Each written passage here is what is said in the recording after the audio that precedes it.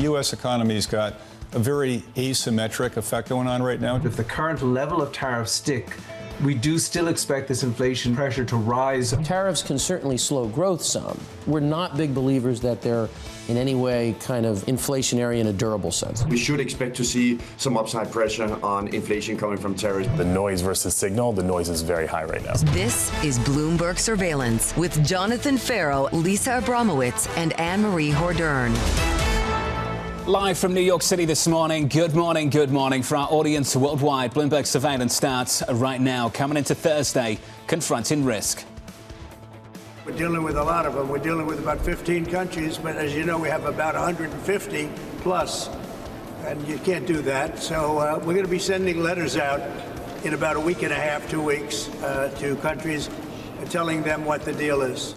President Trump threatening to set unilateral tariffs in the next 2 weeks as tensions rise in the Middle East. The U.S. pulling some embassy staff out of the region, fueling a risk-off tone this morning, sending equities towards the first back-to-back losses for the month so far. So there's a lot of risks right now in the market. First, when it comes to tariffs, there's a lot of questions on what's going to happen to all these countries the U.S. is negotiating with. The president says, we're going to set the deal, we're going to set the rate.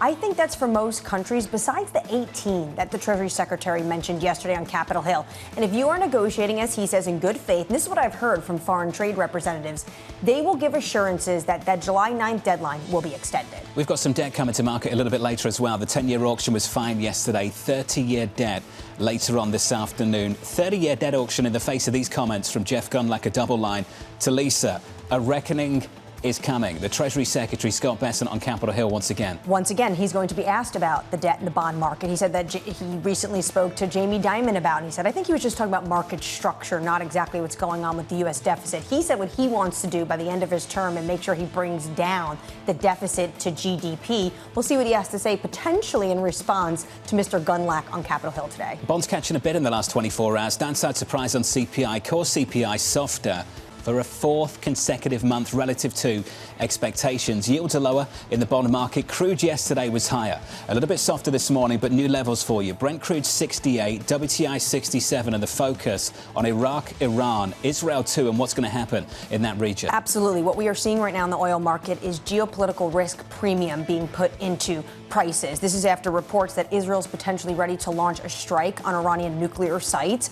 The United States, and if that is true, is looking at potentially in the region and where Iran could retaliate. So obviously they would want to pull not essential staff out of Iraq. The other thing is the diplomacy on all of this. On Sunday, Oman this morning said that they do expect another round of Iran-U.S. talks. Trump said yesterday in the New York Post he wants a diplomatic deal, but it does seem like his patience is wearing thin, and he doesn't think Iran is coming to the table in good faith. Crude down this morning by 1.5% on both WTI and Brent. More on that story in just a moment. Coming up this hour, we'll catch up with Alastair Pinder of HSBC as the rally loses steam. We'll speak to Scott Lincicome of the Cato Institute on President Trump's latest tariff threat, and Norman Roule of CSIS as the U.S. pulls some embassy staff from the Middle East. We begin this hour with stocks falling after snapping a 3-day winning streak. Alastair Pinder of HSBC writing, we believe the path of least resistance for equities remains upward and potentially see room for some U.S. performance catch-up versus the rest of the world. Alastair joins us now for more. Alastair, good morning. Good morning. I've read those comments a lot from a lot of different people on the south side. Tell me how different things might be on a buy side. What the conversations sound like with clients at the moment? I think the conversations with clients is that they're very worried. I mean, you look at our positioning data, what we see is that the long-only funds are, I would say, underweight equities. Our positioning data for systematic funds still suggests they're very short equities. I think there's a resistance at this point to really add a lot of risk at this point. And I think the reason for that is because people think that this tariffs are going to hit growth at some point in the future. And the thing that I love to watch the most is actually the data on Bloomberg, the consumer second measure data, because that is none of the survey data. This is hard data on a daily basis, and that shows that the consumers are front-loading a lot of stuff. And so I think you've got surprises to the upside on the economic data, maybe some softer inflation like we saw yesterday. That's good for equity markets, and that keeps them driving higher. You understand the reluctance right now, though. We've had a 20% plus move on the S&P off the April low. We've got a forward multiple north of 20. Can you draw a distinction between the tactical outlook for you and the team and the medium-term risk-reward? Completely. And the medium-term risk-reward, I think, is a lot more cautious. It really depends, on our discussions, like what does Trump do with tariffs here? Because if tariffs are much higher permanently, that will ultimately hit profit margins margins, return on equity, and that big US valuation premium which they have versus the rest of the world. And one of the other interesting things that we do discuss a lot with clients is this theme of why are we putting money to work in the US? Why are we not sticking it in Europe? Why are we not putting it in emerging markets? These have been much cheaper asset classes that have been outperforming this year. Is that where clients are going? We're definitely seeing fund flows coming out. I think there's $50 billion by our estimates out of US equity markets over the last 2 months from foreigners into international equity markets. Global fund managers are roughly 700 basis points underweight the US versus the benchmark. So people are definitely having that bearish sentiment towards US equities. You say clients are nervous when it comes to trade and tariffs, but there's almost 3 different paths. There's China, which is a separate ballgame, and then there's these 18 dozens of countries that they are in deeper negotiations with, and the rest that Trump says we're going to set the rate and send you a letter. What are clients most concerned about? China. 100%, I think, is the big concern here. Just given at one point we had 145% tariff on China. Trade embargo. Completely, and there's so many other things, be it the rare earth materials. There's so many moving parts to the China deal, and it would also seem where you look at the negotiation between Xi and Trump, it's complicated. And I think that's where they think that's going to be a lot of, resistance between those two leaders. Pass-through is something we were looking for yesterday. Didn't see it in CPI. For a 4th consecutive month, of course, CPI comes in. Relative to expectations, a little bit softer. I had people sitting around the table saying, that's noise. In a few months' time, you'll see it. Other people saying that signal. That shows you that companies can't pass this on to consumers. Is it signal or noise for you and the team? I think, actually, my reason why they've not passed it on is quite simple, which is that you built up a load of inventory before this, and why would you pass on this cost now when you don't know where tariffs are going to be in a few months' time? So you can increase prices and then decrease prices, then increase prices depending on what the administration set. They're waiting for clarity. And so until we get clarity, I think the impact on inflation might be muted, or until inventories drop. But this is the risk into the summer, right? Completely. The prospect that we do get those hotter inflation prints. Yeah. What's the textbook, the playbook for that kind of backdrop into the summer? So I think in that kind of backdrop in the summer, if you have higher inflation, higher bond yields, that's going to squeeze some of the tech sectors. I'd be more cautious on the long duration. Again, I've been a big narrative of the theme that who benefited the most from globalization? US mega caps, not China, not Europe. So if you put tariffs on and this comes back and you have higher inflation, again, the US underperforms in that scenario. You said that basically companies are waiting for the rates to be set. Yeah. Is there a deadline that companies just can't wait anymore and they will have to potentially pass on those costs? It's a really good question, and I think that's why we're tracking inventory levels so closely, because as soon as you get to that kind of 22, 23 level, or 2022 levels of inventory where you saw the big supply chain shock and inflation spiking there, that's a concern for us. Now, when might that come through? It really depends by industry, but the inventory levels that we are seeing at the moment, I would say, July, August is probably going to be a crunch point at this time. Does this remind you the most of COVID? It does a little bit. I mean, it does a little bit for a few reasons. A, because of the inventory aspect that we're talking about, but also B, because of the valuation argument that you were, talking about here, and this big kind of confusing aspect, which is like valuations are rich, but as a long-term investor, we're kind of like, how much long-term growth should we really be discounting at this point because of tariffs? Is it a blip, or is this something more structural at this point? Later on this morning, we'll get some economic data, PPI at 8:30 Eastern Time, together with jobless claims. Later on this afternoon, another debt auction. The 30-year maturity is very much in focus. Jeff Gundlach caught up with Lisa yesterday. There was a quote from him, from Double Line, saying there's an awareness now that the long-term Treasury bond is not a legitimate flight to quality asset. What does that kind of commentary on the bond market mean for the stock market? I mean, so it means a lot of things. And I think one of the big questions that we've been seeing, so again, getting a bit technical, but on the equity risk premium, a lot of people saying, well, the equity risk premium is very low, bond yields are moving higher, surely that's going to squeeze equities here. And I think there has to be a distinction between the credit quality of the government and the credit quality of these mega cap companies at this point. And so one of the things that we have been seeing because of this, bond yields is the equity risk premium is falling, and a lot of people are looking at the US and just saying, this is screamingly expensive at this point. And I guess I don't necessarily buy into that completely, but I do think it is a concern that, there is not necessarily a natural flight to safety at this point. And one of the things that we're seeing as a result of that is that, typical market behaviors are completely dislocating, right? Where you're seeing bond yields going up and the dollar going down. That doesn't seem like it makes much sense. What's the flight to quality in 2025? What is it now? I mean, It seems like gold is clearly the obvious choice where people have been going into. I mean, from an equity market perspective, I think people are looking for any kind of company with pricing power at this point. And that's another theme that we've been getting a lot. And where does that kind of, stick you into? More of the consumer staples and the consumer discretionary at this point.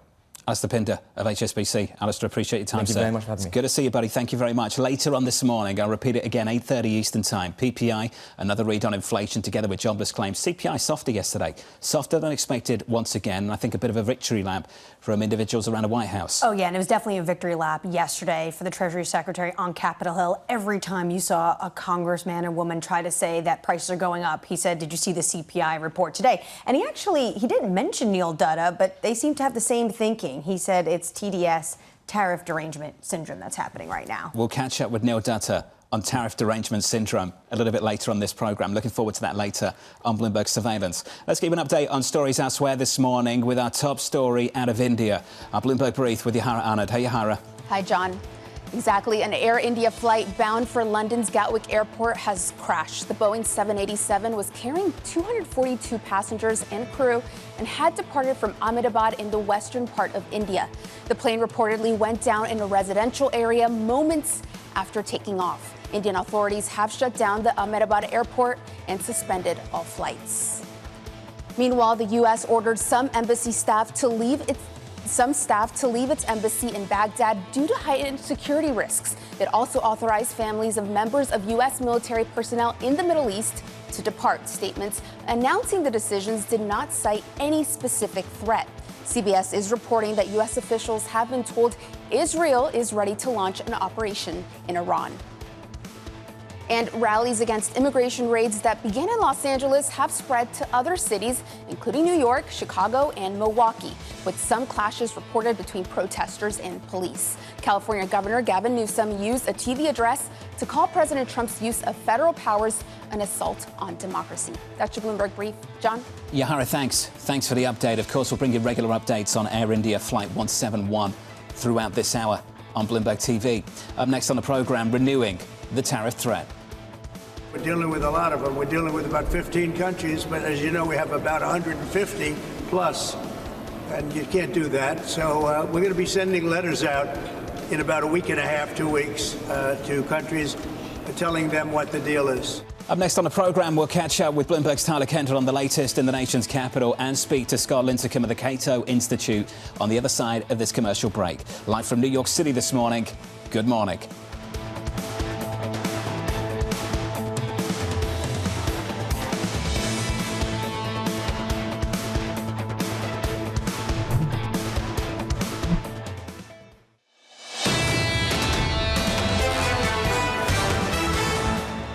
Snapped a three-day winning streak on the S&P 500 yesterday. Losses again this morning. We're down by 0.5% on the S&P. On the Nasdaq, down by 0.4%.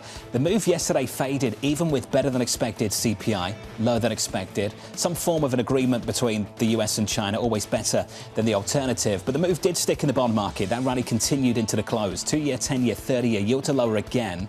30-year yields are down by 3 or 4 basis points at 488. Yesterday, $39 billion of 10-year bonds. Supply, that auction went well. Later on this afternoon, $22 billion in 30-year bonds. Look out for the auction later on this afternoon. Under surveillance this morning, renewing the tariff threat. Well, we're dealing with Japan, we're dealing with South Korea, we're dealing with a lot of them. We're dealing with about 15 countries, but as you know, we have about 150 plus. And you can't do that. So we're going to be sending letters out in about a week and a half, 2 weeks, to countries, telling them what the deal is, like I did with EU. So here's the latest this morning. President Trump vowing to set unilateral tariffs ahead of a July 9th deadline. Bloomberg's Tyler Kendall joins us now from the nation's capital for more. So, Tyler, it sounds like the deadline's not July 9th anymore at all for anyone. Yeah, hey, John, good morning. Well, President Trump did signal a willingness to extend that deadline, though did say he doesn't think it's going to be necessary. But that sort of ran counter to the type of flexibility that the Treasury Secretary, Scott Bessent, was outlining yesterday on Capitol Hill. I was at his testimony in front of the House Ways and Means Committee, where he told lawmakers that he thinks it is, quote, highly likely that they will extend that July 9th deadline for those trading partners that are being prioritized in the talks. talks in a bid to continue what he called good faith negotiations. Now, of course, we're now within that 1 month deadline to July 9th for all of those trading partners, except for, of course, China, which is on its own separate track. And we should say the threat of escalation is definitely there. You had President Trump saying that these countries are going to have to take it or leave it once they set those tariff rates, though did add the administration's not quite ready to put out those letters just yet. And then we had Stephen Myron of the White House on Bloomberg television yesterday telling us that ultimately the understanding should be that if deals are not reached, then tariffs will snap back to those April 2nd levels, if not higher, for some trading partners such as the European Union. Tyler, let's talk about the European Union. The president there speaking last night said, like I did with the EU. Did he send a letter to the EU setting a new rate we're unaware of? It appears that he's probably talking about his heightened threat when it came to really lifting those tariffs up to 50% if they're not able to ultimately strike a deal. Now, he did say that it does appear that the EU does want to negotiate. Of course, the frustration has been running on both sides, with the European Union often saying that it's unclear what the White House really needs to see in order to get a deal done. We know there's a lot of complicating factors here, including that the EU is negotiating as a 27-member nation bloc, which only makes things more difficult as the administration pushes what appears to be some red lines for Europe, including changes to their tax systems. Now, at the end of the day, we're going to have to see how this one in particular evens out, because Annmarie, as you well know, the Commerce Secretary Howard Lutnick said yesterday that the EU is likely in the back of the line when it comes to getting a deal. Tyler, Kendall, appreciate the update. Tyler down in Washington. More from Tyler later on this morning. This is a lot of work to stand still, isn't it? A lot of work. And with Brussels, they just do not seem like they're on top of the list of these dozens of countries that they want to strike a deal from, their biggest trading partners. This was the quote from the Commerce Secretary. Europe was more than thorny before Trump issued this ultimatum. Then, quote, all of a sudden they got a little religion and made a proper offer. I think Europe is one of the ones to watch that definitely gets extended. Let's build on this conversation. Scott Lincicome of the Cato Institute joins us now for more. Scott, welcome to the programme. We've spent a bit of time over the past few days comparing and contrasting where we are now compared to where we were in the first term for President Trump. Could we just start there with you? How different this approach seems to be versus Trump Volume 1? Yeah, I mean, it's radically different in both scope and speed. The first time around, it took us about 2.5 years to get a little less than $100 billion in tariffs. Now it took us just 4 or 5 months to get about 10 times that level, depending on how you measure it. Average tariff rate today is somewhere around 16 to 20%. Last time it got up to around 3%, right? So we're really talking about wildly different systems under which we're operating, and of course different laws. The first time around, we were operating under laws that had a little more certainty, a lot more process. This time, it's just a lot of legally dubious measures that the president is using with the snap of fingers. What countries do you foresee getting an extension beyond July 9th? Yeah, I think that the major trading partners, Europe, you mentioned, Japan, Korea, Canada, Mexico, throw in there to the extent they're negotiating on the fentanyl-related issues or steel and aluminum measures. It is the question, I think, really becomes some of those mid-majors, Vietnam, Malaysia, and others, that still have a lot of production and exports to the United States, but aren't maybe in that top tier. I just got back from London. I was there for some 20-hour trade talks with China. This morning, the Chinese Commerce Ministry says that those licenses of rare earths and magnets will be accelerated. How much leverage does China now hold, given the fact that the United States has made rare earths such a pivotal part of this trade negotiation? Yeah, I mean, it certainly seems like the balance has shifted a bit, right? And this indicates that, countries, not just China, have other levers they can pull when it comes to trade retaliation beyond simply slapping tariffs on American soybeans and other goods. Whether it is export restrictions like on rare earths, whether it is investment restrictions, services restrictions, there's a lot of things that countries can do. And I think that, maybe this has been a bit of a light bulb moment for the White House, that things can get hairier than maybe they thought. Scott, there used to be two very separate tracks: national security issues and then economic issues. Have we blurred the line between the two with regards to China? not just with regards to China, quite frankly. You know, steel and aluminum tariffs, those are on national security grounds. The automotive tariffs are national security grounds. The administration has opened up other investigations on copper and wood products, semiconductors. So, they just basically runs the gamut these days that everything on trade to this administration is a national security threat. And that's a problem for a couple of reasons. One is it's kind of a get out of jail free card for our trade agreements because there's a big national security exception, but it also really undermines what national security really is. I mean, if everything is a national security threat, then nothing is. Scott, just to build on that, I'd add another dimension. I think that saying it's a national security issue makes it easier to implement the tariff. I think it makes it far more complicated to take it back off. And that's what confuses me at the moment. How do you make this a part of the negotiation? Because if something is a national security issue, it should be non-negotiable. Yeah, that's a great point because, tariffs are always difficult to remove because they build up domestic constituencies that are protected by them, that benefit from them. But then when you throw in the national security card, it does, like you said, add an additional element to all of this. It also, to the extent you are, like you said, removing them, it undermines your credibility for the other national security related measures, right? So if you negotiate on steel and aluminum, then what about autos and semiconductors? So I agree with you that I think it makes talks and it makes reform even harder than it already was. The Treasury Secretary says there's no quid pro quo when it comes to trade deals. But speaking to me outside of those trade negotiations, Howard Lutnick was talking about the fact that if they see more rare earths, potentially there'll be an easing of export controls. To Jonathan's point, isn't that basically saying that national security issues are on the table as a bargaining chip that China can use? When it comes to things that the United States manufacturing sector, our defense sector need, I think that's an obvious yes. But, on the export control side, it also indicates a huge contradiction in a lot of what the administration's doing right now. On the one hand, they're saying we don't need imports. We're going to slap 55% tariffs on a lot of stuff from China to build up our manufacturing sector. But on the other hand, they're saying, no, we need Chinese imports in the form of rare earths. So don't you dare restrict those imports. It really muddles the message. What do you think the U.S. red line is when it comes to the easing of export controls? What will they not touch?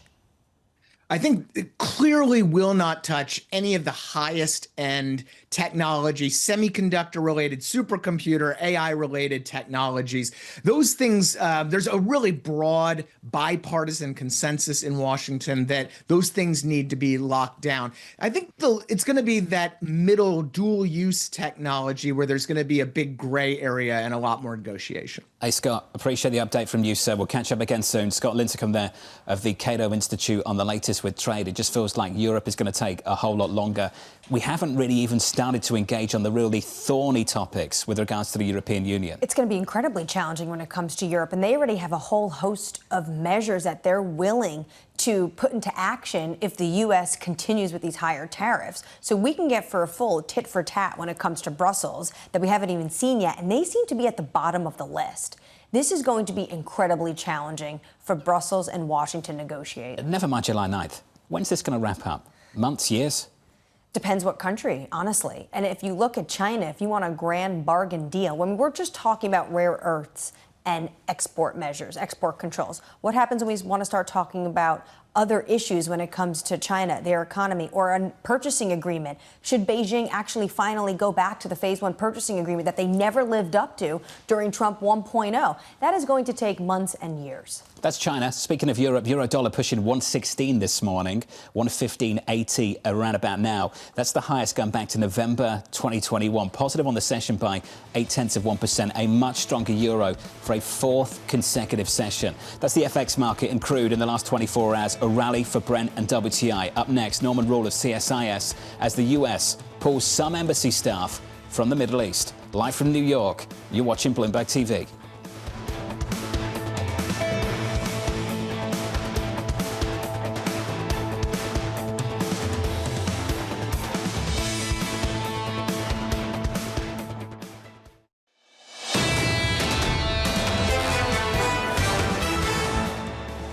Secondly, the S&P, if the Congresswoman would care to check Bloomberg, The stock market, as judged by the S&P, which is the most widely held index by American 401ks, is up on the year.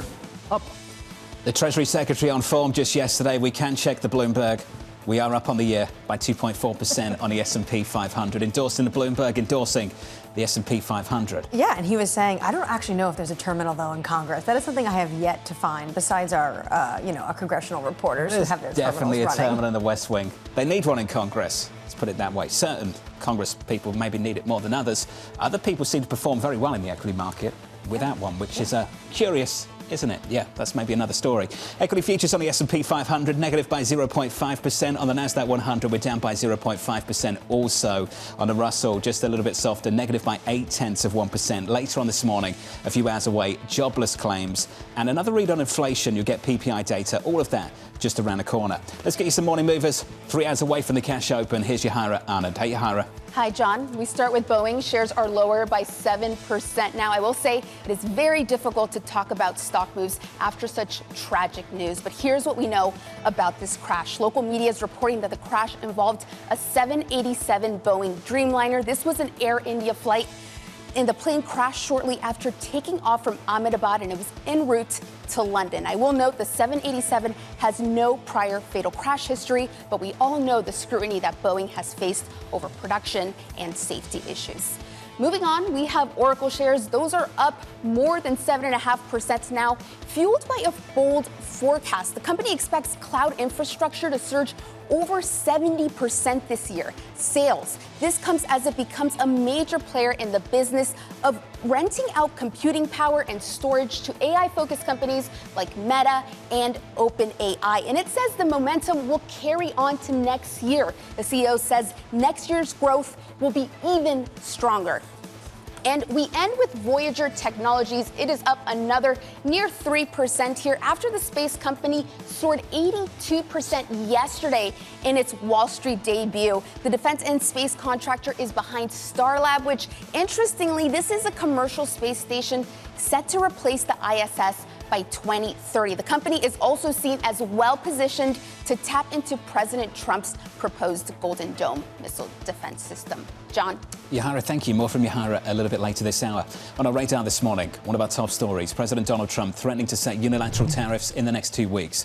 This ahead of a July 9th deadline to reimpose higher levies on dozens of countries. I think it's important to take a step back and look at where we started and where we are. The tariff rates were set by this administration on Liberation Day on April 2nd. And now Trump is saying, we're just going to send you letters and set new rates. New rates juxtaposed by the ones they already sent months ago. So basically, that is, I think, an implication that this White House is basically saying, we didn't like the rates we set and we're going to set brand new rates. But that's for all the countries that they're not in these deep negotiations with, about 12 to 18 countries where they're actually having these trade talks to potentially have broader deals. And this was always a tight deadline. When you think about how much they had to do by July 9th, let's talk about how much they have done already. A form of a deal with the UK, and we don't have time to get into the detail around that, but let's set the UK to one side. Some kind of a truce with China. And that's about it at this point. That really is about it. We still have to wait for Japan, for South Korea, for Switzerland, which I've been speaking to their trade rep. They said that potentially this is going to drag on past July 9th. What I find interesting as well is some of the tea leaves you're seeing in local reports. The Nikkei last week reported that in the middle of a trade negotiation with the Japanese officials, Jameson Greer, Scott Bessent, and Howard Lutnick all got into an argument amongst themselves. So how is the U.S. even approaching this? Are they all united on what they want to get out of these talks? Speaking of Scott Bessent, the Treasury Secretary, he returns to Capitol Hill today for day 2 of his testimony. Yesterday, he struck an optimistic tone on U.S. trade negotiations, saying it's, quote, highly likely the tariff deadline will slide for countries already in talks. Does that include Europe? That does include Europe. Although the Commerce Secretary Howard Lutnick says basically they're going to be the last on the list to get a deal done. He did say Trump sent them an ultimatum and then they, quote, found religion and came back with a more appropriate offer. So the European Union is one of our biggest trading partners. Of course, the United States is going to strike a trade deal. But you mentioned it earlier. It's going to be so hard for the non-trading barriers, the non-tariff barriers, like the digital services tax that irks Americans and irks American tech companies. These kind of discussions are going to be very challenging. that's the latest on the trade story. Let's get back to that developing story this morning. A Boeing 787 crashing in India. The Air India flight was carrying 242 passengers and crew to London. Bloomberg's Sid Phillip joins us now with the latest. Sid, welcome to the programme, sir. Let's just start with the basics. What do we know so far? Morning, John. So at the moment, we know that an Air India 787 Dreamliner on its way from Ahmedabad in India to London crashed shortly after takeoff. We still don't know the reasons for that crash. We still don't know the details on what really went wrong, and we will find that out as the days and weeks go by. But in the short term, I mean, we do know that there was a mayday call that, according to the DGCA, which is the Indian Aviation Authority. We do know that the pilot and the co-pilot were very experienced, and we are still waiting on. I mean, this is the first fatal 787 crash ever, and so this aircraft is a very technologically advanced aircraft. Air India is in the midst of a turnaround at the moment. They are they're freshly owned by Tata Group after being owned for years by the Indian government. And the Tata Group famously at the last Paris Air Show announced orders for over 500 brand new Boeing and Airbus planes. And so they're in the midst of this turnaround, and this is a massive blow to the airline. And everyone will be looking to see what really went wrong and how this incident occurred. Sid, before we get into the companies involved, let's try and piece together what precisely was happening when this plane crashed. As we understand, according to Flight Radar 24, it had only reached an altitude of 625 feet. Was this shortly after takeoff, immediately after takeoff? Yeah, this is minutes after taking off. So, I mean, the aircraft was 625 feet in the air before it crashed. And so it just crashed outside the airport just off the runway and into a busy residential area. And so we still don't know what the impact on the ground is. We understand that it crashed into a residential building, so we don't know if there were any fatalities on the ground as well. So the death toll, if any, may go up even further. So we still don't know in terms of what the impact, both in terms of the casualties on the plane as well as the casualties on the ground. I said it's going to take time to find that out, and as we get news, we're going to bring it to our audience. I just want to talk about the companies briefly. You mentioned the turnaround effort at Air India, also Boeing as well. Could you briefly discuss what's happening at both of those companies at this very time? Yeah, so as I mentioned, Air India is in the midst of a turnaround effort under private ownership. Boeing, on the other hand, has been under scrutiny for years following the fatal MAX crashes. That's a different model, the 737 MAX, in 2018 and 19, and that aircraft was grounded. We also had the scrutiny on Boeing after the Alaska incident last year when a door fell off the plane, and Boeing been under lots of regulatory scrutiny, and this definitely will add to the pressure on Boeing. I mean, we still don't know what went wrong. We still don't know what the cause of the incident was, but this will add to regulatory pressure on Boeing, and it will add a further question mark on Boeing, and we will wait to see what the company says. The company says it is cooperating with the investigation, and they are in the midst of trying to ascertain what really went wrong. Sid, thank you, sir. Hopefully we'll catch up with you a little bit later this morning as we get more details. Sid Phillip there, Bloomberg's very own on the latest. We'll be tracking the latest for you of flight Air India 171. The plane, Sid was saying earlier on this morning, only 12 years old. Only 12 years old. This is absolutely tragic, and it happened almost immediately after takeoff, and that is why you see these devastating photos that it's hit into a residential building. We did hear from India's Minister of Civil Aviation. He says shocked, devastated to learn about this flight crash. They are on the highest alert, trying to mobilize all the rescue teams. Tragic pictures. Any more details, we'll bring them to you. Just to turn back to the markets, let's talk about crude. Giving back some of the gains today after spiking on reports of rising tensions in the Middle East. The US ordering some of its embassy staff in Baghdad to leave the region due to heightened security risks. Joining us now is the former senior US intelligence official, Norman Roule. Norm, welcome to the programme, sir. We always enjoy leaning on your expertise in a time like this. Could you just frame for us whether this is the real deal, something to be concerned about, or just one of those things that we typically see every few months out of this region? Good morning. Well, it's something to be concerned about. What we're watching are three issues that are coming together after months of work. The lack of progress in the Iran talks, the dangerous expansion of Iran's nuclear program, and right now the IAEA Board of Governors finding that Iran is in non-compliance with its nuclear safeguard obligations under the Non-Proliferation Treaty. The Trump administration is committed to diplomacy, But it shows every sign of willing to use military force to prevent Iran from acquiring a nuclear weapon. And the actions taken over the last 24 hours are meant to signal Iran that that intent is indeed sincere without raising the temperature in the region significantly. Norman, what does it say to you that the IAEA Board of Governors is saying Iran is non-compliant of its obligation? What does this mean? Does it mean we're going to see more countries take more action and sanctions on Tehran?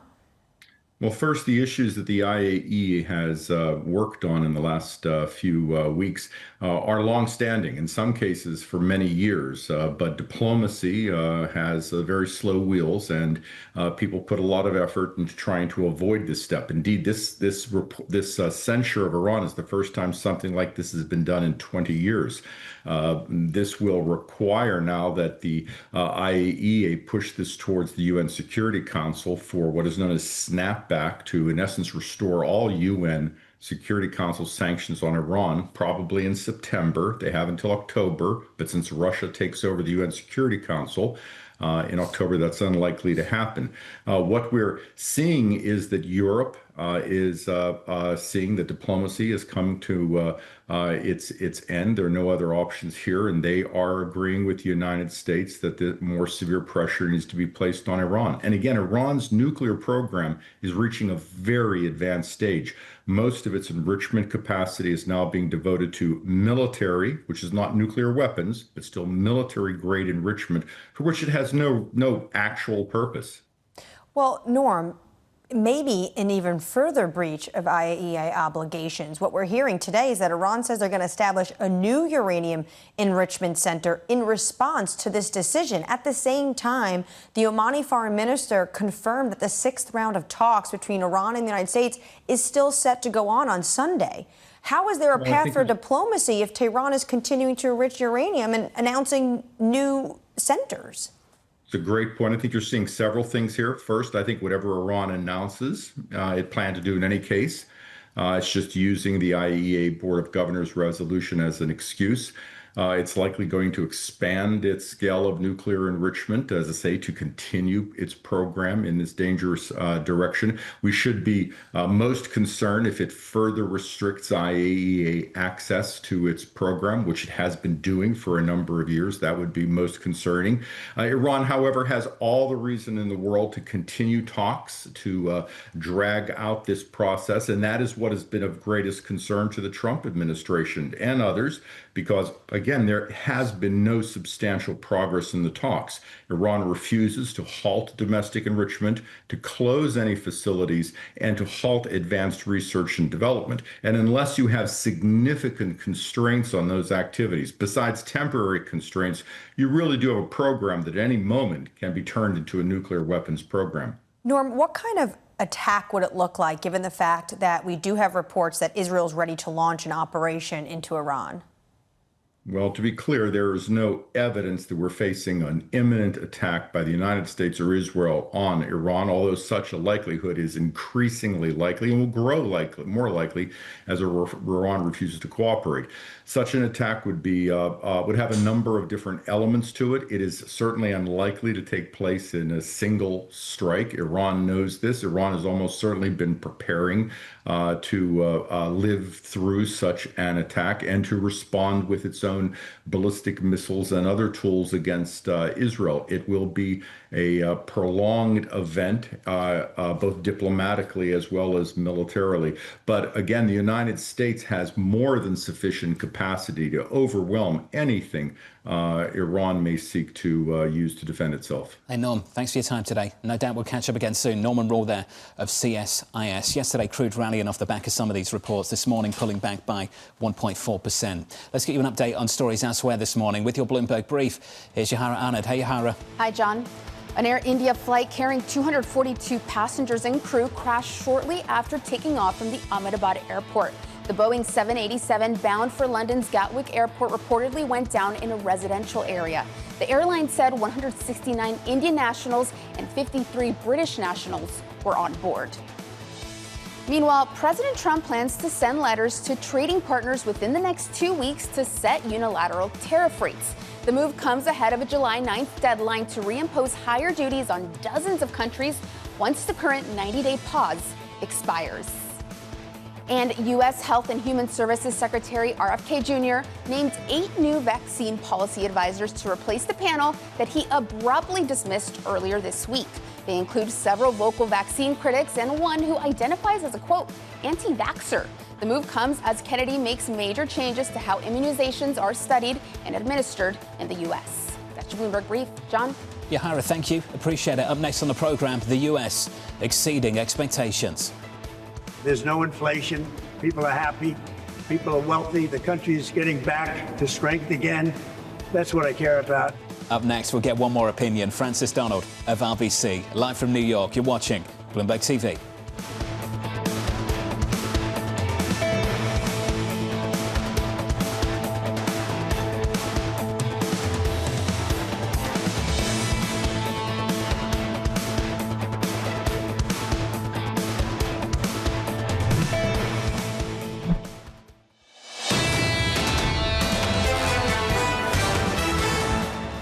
Equity futures this morning, and good morning to you. Negative by 0.4%, adding to yesterday's losses. We're down by about 1/3 of 1% on the Nasdaq 100. Under surveillance this morning, the U.S. exceeding expectations. The economic numbers are setting records. We took $88 billion in tariffs in 2 months, far beyond what anybody expected. There's no inflation. People are happy. People are wealthy. The country is getting back to strength again. That's what I care about. It's the latest this morning. Investors looking ahead to PPI out in just under 2 hours' time after CPI rose less than expected for a 4th consecutive month. The team over at RBC writing, while this may have temporarily calmed markets, households are still grappling with the after effects of significant inflation over the past 5 years. Francis Donald of RBC joins us now for more. Francis, good morning to you. Good morning. Spoke to a lot of people yesterday and they all said a very similar thing. We're going to see the pass-through today. We're going to see it today. Then we didn't see it, and they said we're going to see it next month and the month after. Your team's taken a different approach to all of this. Just walk us through it. It's going to be a couple more months, and there's a range of reasons why, and one of them is you might remember this massive inventory build that we saw in the past few months. That means there's plenty of inventories that did not get hit with those tariffs yet, and that's going to take some time. We've got to see that inventory depletion. We saw this in 2018 with washing machines, 3 to 5 months before we saw it show up in the data, so there is some precedent there. We also don't know how many of these tariffs are going to come through in CPI versus PPI, so it's going to be a couple more months before we see this. And I think that's the reason why, while I'm happy to see that inflation is not accelerating right now, 2 things. One, it's a bit early. And second, inflation is not just a tariff story. Inflation is actually also a story with respect to a tight labor market. We have a very strong, ultra-wealthy consumer. We have big government. So there's structural forces under inflation as well. And actually, while tariffs are important, they're not the most important story with inflation. Credit to you and the team for the approach you've taken so far. Let's sit on the labour market, I think, and agree with you that it's ultimately very important for the pass-through and whether we can stomach it as consumers. This is something we discussed over the last several weeks. Is the labour market tight enough for individuals to demand higher wages to fund higher prices? So, in my view, Americans don't need to worry about losing their jobs this year, but they do need to worry about their grocery bill. And in this particular case, we have to segment which consumer is doing what. Because if you're a low and middle income household right now, yeah, you probably have a job, but rent, food prices, those are up almost 30% in the past 5 years. And even though on aggregate, we've seen wages rise more than the inflation over the past few years, that's not true for low and middle income Americans whose inflation basket is tilted towards those areas that have seen larger inflation. So we can't paint the same brush with inflation or wages to the entire consumer household. Now, if you're trying to get a sense of what a retail sales is going to do, if you're forecasting GDP, you pretty much are focusing disproportionately on that high income household, and they're going to be just fine in this environment. But forecasting GDP and saying what's best for the American economy and American people is a very different thing. When you're talking about underlying inflation, you're saying tariffs aren't the biggest story. What is it? Is it the labor market or is it big government? Well, there's structural forces, and it's both these things. So when we talk about the labor market, we're not talking about, oh, there's so much cyclical demand here, the economy is booming. We're talking a lot about demographics. And we think of demographics as being a 10-year horizon story, but the demographic crisis is accelerating every single month. We see more retirees than we did the week before, the month before. That's creating huge exits out of this labor market, and there's not enough replacement demand. So that unemployment rate, even though we believe the economy will soften this year, we have it peaking around 4.5, 4.6%. I mean, I'm old enough to remember when that was an extraordinarily strong labor market. That's going to be our bar for a weaker labor market right now. We can't use the unemployment rate anymore as a cyclical indicator of growth. We have to turn towards other areas. You're talking about retirees. What about Trump's immigration policy? What's that doing to the labor market? Well, that's going to amplify the issues. I remember being here at the end of 2025 and saying, yeah, tariffs are going to be a big deal, but keep your eye on the immigration story. In our view, how much available labor is actually going to be the big issue in 2026 and 2027. We've said it before. America doesn't need jobs. America needs workers. And if you want to see a boom economy, you got to have people not just who are willing to do those jobs, but actually in the labor force. Sometimes we get pushed back and they say, oh, well, the labor force is, there's been a decline since 2001. The labor force participation rate is around 63%. But prime age worker labor force participation rate in the United States, 18 to 54, is near its highest ever. So there's not a lot of folks sitting on the sidelines right now who are of that age, and this is having impact on month-to-month data now. A structural trend that's showing up in the cyclical data is something we need to monitor. It's going to take time to figure out, and we need to be open-minded about potential outcomes, because I've been surprised so many different ways since the pandemic with regards to the economy. How much flexibility does the Federal Reserve have with that in mind? Well, not enough. And so the key is just going to be what side of the mandate are they focusing on? And also, how are they being flexible with respect to how the data is changing in this environment? CPI is one indication of what's happening with inflation, but we're going to see a dashboard of inflation that's going to see problems in some area of prices and other areas where it's going to be okay. So this isn't just a divergent economy in terms of growth, in terms of consumers. It's also going to be a divergent economy with respect to prices. And that's going to complicate the Fed's job. You've heard of Trump derangement syndrome. Neil Dutta of Renmac has coined a new term that the Treasury Secretary used yesterday, tariff derangement syndrome. Does the Federal Reserve have TDS? Okay, well, we don't know what the policy is going to be, and we don't actually know exactly how it's going to impact the economy. So we have two sources of uncertainty in play, and that's why I say, yes, tariffs are hugely important. When we look at our inflation forecast, it can be as much as 0.5 percentage point on headline CPI, which could be make or break for the Fed. But the time right now is to focus on what are these underlying trends that are happening. This K-shape that's involved in the economy, massive government spending, which in our view is muting the economic cycle in play. We got to talk about that labor market and how things are changing. And we have to talk about some of these other issues, like a very extended troubled electrical grid that is limiting the ability to move forward. These are things that exist with or without trade and tariffs. And I can come up with a whole economic view on which the tariff is sort of the whipped cream on top of the ice cream, but not actually the core meal, even if right now it's the area where we have the most volatility. Sometimes I'll take that as the core meal. Francis Donald of RBC. In a summer on vacation, just have ice cream for dinner, no? Yeah, well, Just me? actually, in Italy, what I do is I have gelato first, and then I follow it up And 2 then go layers out with for dinner. for Yeah, pasta? of course. Yeah, why not? OK, Francis, appreciate your time. Thanks, We'll talk Adam. more about that another time, I'm sure. Or maybe not. Up next on the programme, we'll catch up with Sarah Hunt of Alpine, Saxon Woods. Bloomberg's Tyler Kendall will join us too. Adam Posen of the Peterson Institute will be joining the programme. And then Richard Clarida of PIMCO. Lots to talk about with the former Fed Vice Chair, not just on the economy, but also on PIMCO's new outlook and why maybe the 30-year bond is going to be a bit of a problem for the foreseeable future. That's what everyone on this program has said. They want to stay away from it. It's a risk asset. And what did we hear from Gunlock yesterday talking to Lisa? Fantastic interview. He said a reckoning is coming when it comes to the United States of America. Let's see if that comes later on this afternoon. $22 billion of 30-year bonds being auctioned off by the Treasury. The second hour of Bloomberg Surveillance up next.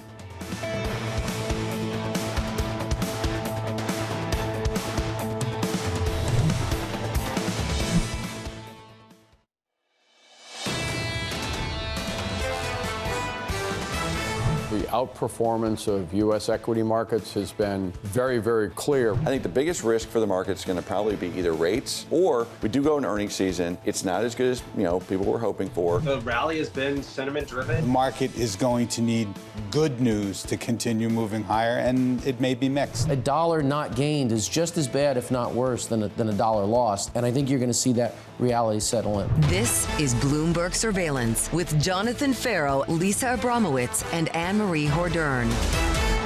Live from New York City this morning. Good morning to you all. The second hour of Bloomberg Surveillance starts right now, and your scores are shaping up as follows. On the S&P 500, pulling back once again. Back-to-back losses on the cards here for the first time so far this month. Snap at a three-day winning streak in yesterday's session. We pulled back another, let's call it 0.5% on the S&P, down about a third on the Nasdaq 100. Some better news in the bond market over the past 2 days. 1-2 punch in a good way for the 10-year yesterday. Lower than expected CPI. Better auction. Yields down another 4 basis points this morning on 10s to 437.69. Later on today, the 30-year will be in focus. A 30-year auction this afternoon. Look out for that supply at 1 p.m. Eastern time. Before we get there in 90 minutes time, we've got some data, PPI and jobless claims, and the data so far this week has been okay. It has been okay, especially when it comes to CPI. Yesterday, another month, and yet again, CPI came in less than was forecast. Not this sticky CPI, but Frances Doddelin put it very, very well. They don't expect it to hit the data just yet. This is going to take months. And she says it's not just about tariffs. Kind of what Neil Dutta said, tariff derangement syndrome. And then the Treasury Secretary also said that yesterday on Capitol Hill. There are structural issues happening and also what's going on in the labor market. Got to talk about what's going on in the bond market as well. Lisa's on her way back from California. Fantastic exchange with Jeff Gundlach of Double Line yesterday. Check it out if you haven't already. I'll just share a quick quote with you. There's an awareness now that the long-term Treasury bond is not a legitimate flight to quality asset. Something to think about going into an auction of 30-year debt later on this afternoon. $22 billion up for sale at 1 p.m. And Lisa's not here, so I will basically be, that existential threat on what's going on with the U.S. deficit and the bond market. It's pretty incredible to hear someone say it is no longer a legitimate flight to quality asset. Where else do you go then in this market? Jeffrey Gundlach also telling Lisa a, quote, reckoning is coming. That's a concern right now, Jonathan, when we still have uncertainty when it comes to trade and tariffs in Washington, D.C., and also what's going on with the one big beautiful bill and how much it actually will add to the deficit. No big concern this morning, at least. We're down 4 to 5 basis points to the long end of the curve on 10s and 30s. In the commodity market, you saw a big rally yesterday in crude, WTI and on Brent, pulling back just a little bit so far this morning. We're down by 1.6%. A lot of news on the Middle East, so let me share 3 points with you. One, that U.S. staff are pulling some of their embassy staff from the embassy in Baghdad. That's 1 point. This came from CBS News. The U.S. told Israel is preparing an operation in Iran. That's something to consider. And then you factor in what the president said to the New York Post in the last couple of days as well, that he's losing confidence in closing a deal with the Iranians. He's getting more and more less confident about a diplomatic resolution, though diplomacy is still on the table. The Omani foreign minister came out today and said that there will be another round of negotiations between the U.S. and Iran happening on Sunday. Also, what's happening on the diplomacy front, the IAEA Board of Governors saying that Iran is non-compliant. Potentially, there's going to be more sanctions. There's a lot going on the surface when it comes to the Middle East. And I think in this time, especially when you have oil having this geopolitical risk premium, it's important to just know what the facts are on the ground right now. A number of market stories to track throughout this morning. Brent crude at the moment trading at 68.62, WTI at 67 flat. Coming up this hour, we'll catch up with Sarah Hunt of Alpine, Saxon Woods as a risk-off mood returns to markets. We'll speak to Adam Posen of the Peterson Institute on President Trump's latest tariff threat. And we'll speak to the former Fed Vice Chair, Richard Clarida, as investors worry about a reckoning for U.S. debt. We begin this hour with stocks lower. After snapping a 3-day winning streak, Sarah Hunt of Alpine, Saxon Woods writing the following. There are still potential storm clouds on the horizon. The dizzying movement of both tariff levels and timing make it tough to pass what has actually been affected versus what will be affected. And us Wall Street types are always looking for immediate gratification. Sarah joins us now for more. Sarah, good morning. Good to see you. Good morning. Good to see you too. Yeah, 8:30 yesterday was kind of that story. We were sitting there waiting for the pass-through. It didn't come. And then we sat there and said, that's just noise. It's not signal. You'll see it next month. Was it noise or signal? So I think that this sort of goes back to the original, when the Fed started hiking rates and everyone was like long and variable lags, we're going to see this, we're going to see this. And we never saw the sort of crack in credit that people were afraid of. We didn't see some of the effects of higher interest rates the way we thought we would. I don't know right now with the tariffs. I think there's a good argument to be made that there was a lot of inventory build, and that inventory came at a price point that's different than inventory can be brought in right now. And I think that that's the question that we don't know, how much pull forward there has been. That's the catch-up that people are looking for, either positively or negatively, going into the second half. And I think that's going to determine a lot of the sentiment around what's going on in the equity market. That makes it a timing issue, which makes the longs in this equity market vulnerable as we work our way through the summer. Do you think it is just a timing issue? So the flip side, and the other argument, because economists always like to have both sides of the fence here, is that it's not going to come through as strongly as people thought, that earnings are still doing very well, that the tech side is pulling on earnings up even if the stocks haven't done as well as some of the other sectors. And that was the big risk, is that earnings were far too high going into this year, and now the revisions are starting to be more positive, and that's positive. Even though they had come down, they're going back up again. So I think that that's the tension that we get through the second half of the year, and how the data plays out is really going to tweak that story to those narrative flips that we see all the time. How the data plays out, who's going to be eating the tariff rate?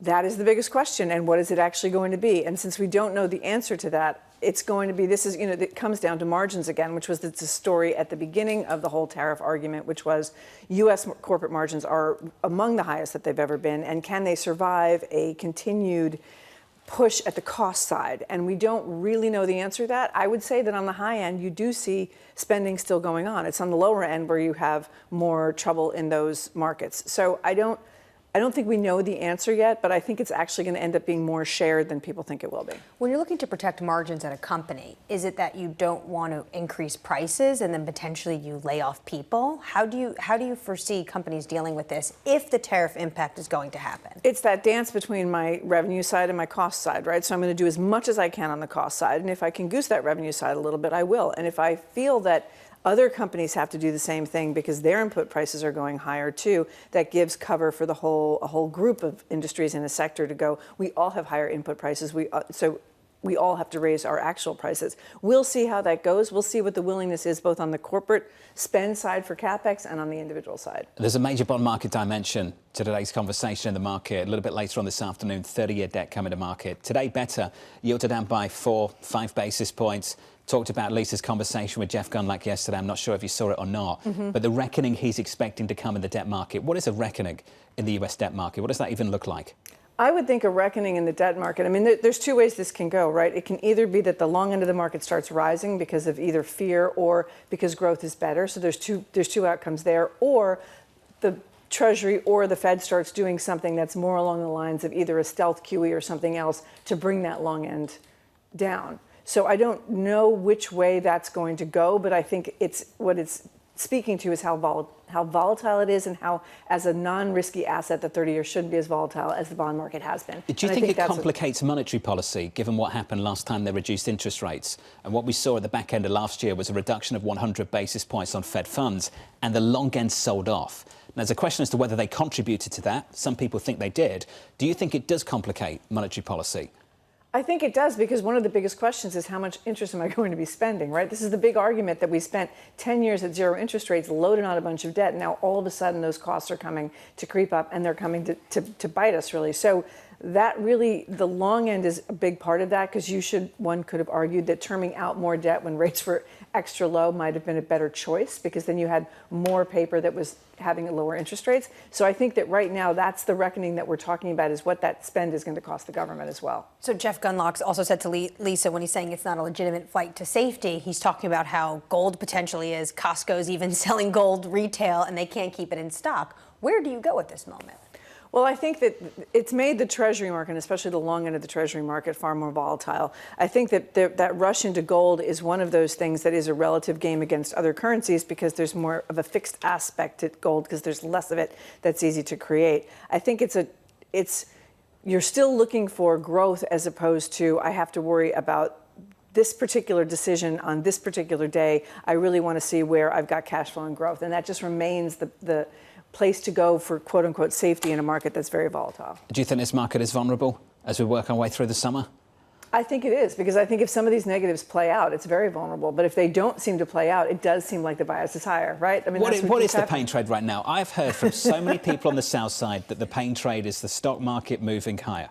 Yet at some point, when you hear it so many times, it just starts to sound like it's consensus. And consensus isn't a pain trade, is it? I think that the pain trade was higher from the lows that people were afraid of. From here, would it be painful if it went higher? To some people, sure. But I think it's more that you've flipped that risk-reward scenario. So now you really have to be careful of the things that the market is afraid about. Because at 6,000 on the S&P versus 5,500 or 5,000, that risk is much lower. So even though the market seems to want to grind higher on the basis of reasonably good numbers, the vulnerability, I think, creeps the higher you get.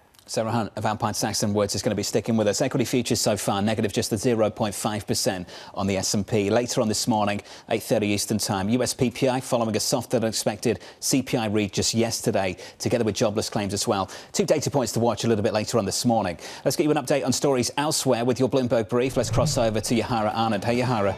Hi, John. An Air India flight bound for London's Gatwick Airport has crashed. The Boeing 787 was carrying 242 passengers and crew and had departed from Ahmedabad in the western part of India.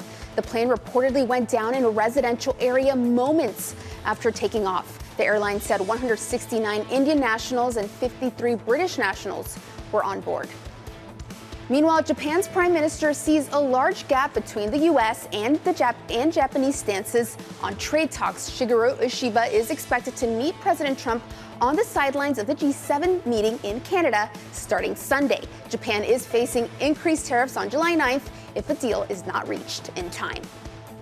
And a check on Oracle shares. Those are rising nearly 8% in the pre-market. The company reported fourth quarter results that beat analyst estimates and projected its cloud infrastructure sales will expand more than 70% this fiscal year. That's your Bloomberg brief. John? Yahara, thank you. Some market moves just to monitor. Euro dollar through 116 now. Levels we haven't seen in a few years. A 1 percentage point move in today's session. That's a weaker dollar, a stronger euro. That's one to watch in the FX market. Up next on the program, facing down tariff risk. We're going to be sending letters out in about a week and a half, 2 weeks, to countries, telling them what the deal is, like I did with EU. Up next on the program, we'll catch up with Bloomberg's Tyler Kendall in just a moment. Look out for that in a couple of minutes' time. In the meantime, let's turn now to the Founders Forum just outside of London. Stephanie Flanders speaking with Bloomberg Editor-in-Chief John Micklethwaite and the ARK Investment CEO, Cathie Wood. To crypto or digital assets regulation, which we didn't have and we still don't have. It's still making it through the legislature. So I thought that was a very interesting and important step in this world, which is going to transform the financial system. So that's good. And I also do believe that half of the solution is understanding the problem. And as I go around Europe, which I think regulation is a problem there. Regulation is a problem. I think just to come back on that, yes. People like Stephanie and me, this is much younger, have been wandering around seeing European prime ministers for 20 years. If you drew up a list of the problems, over regulation, no integration, they've understood the problem for years.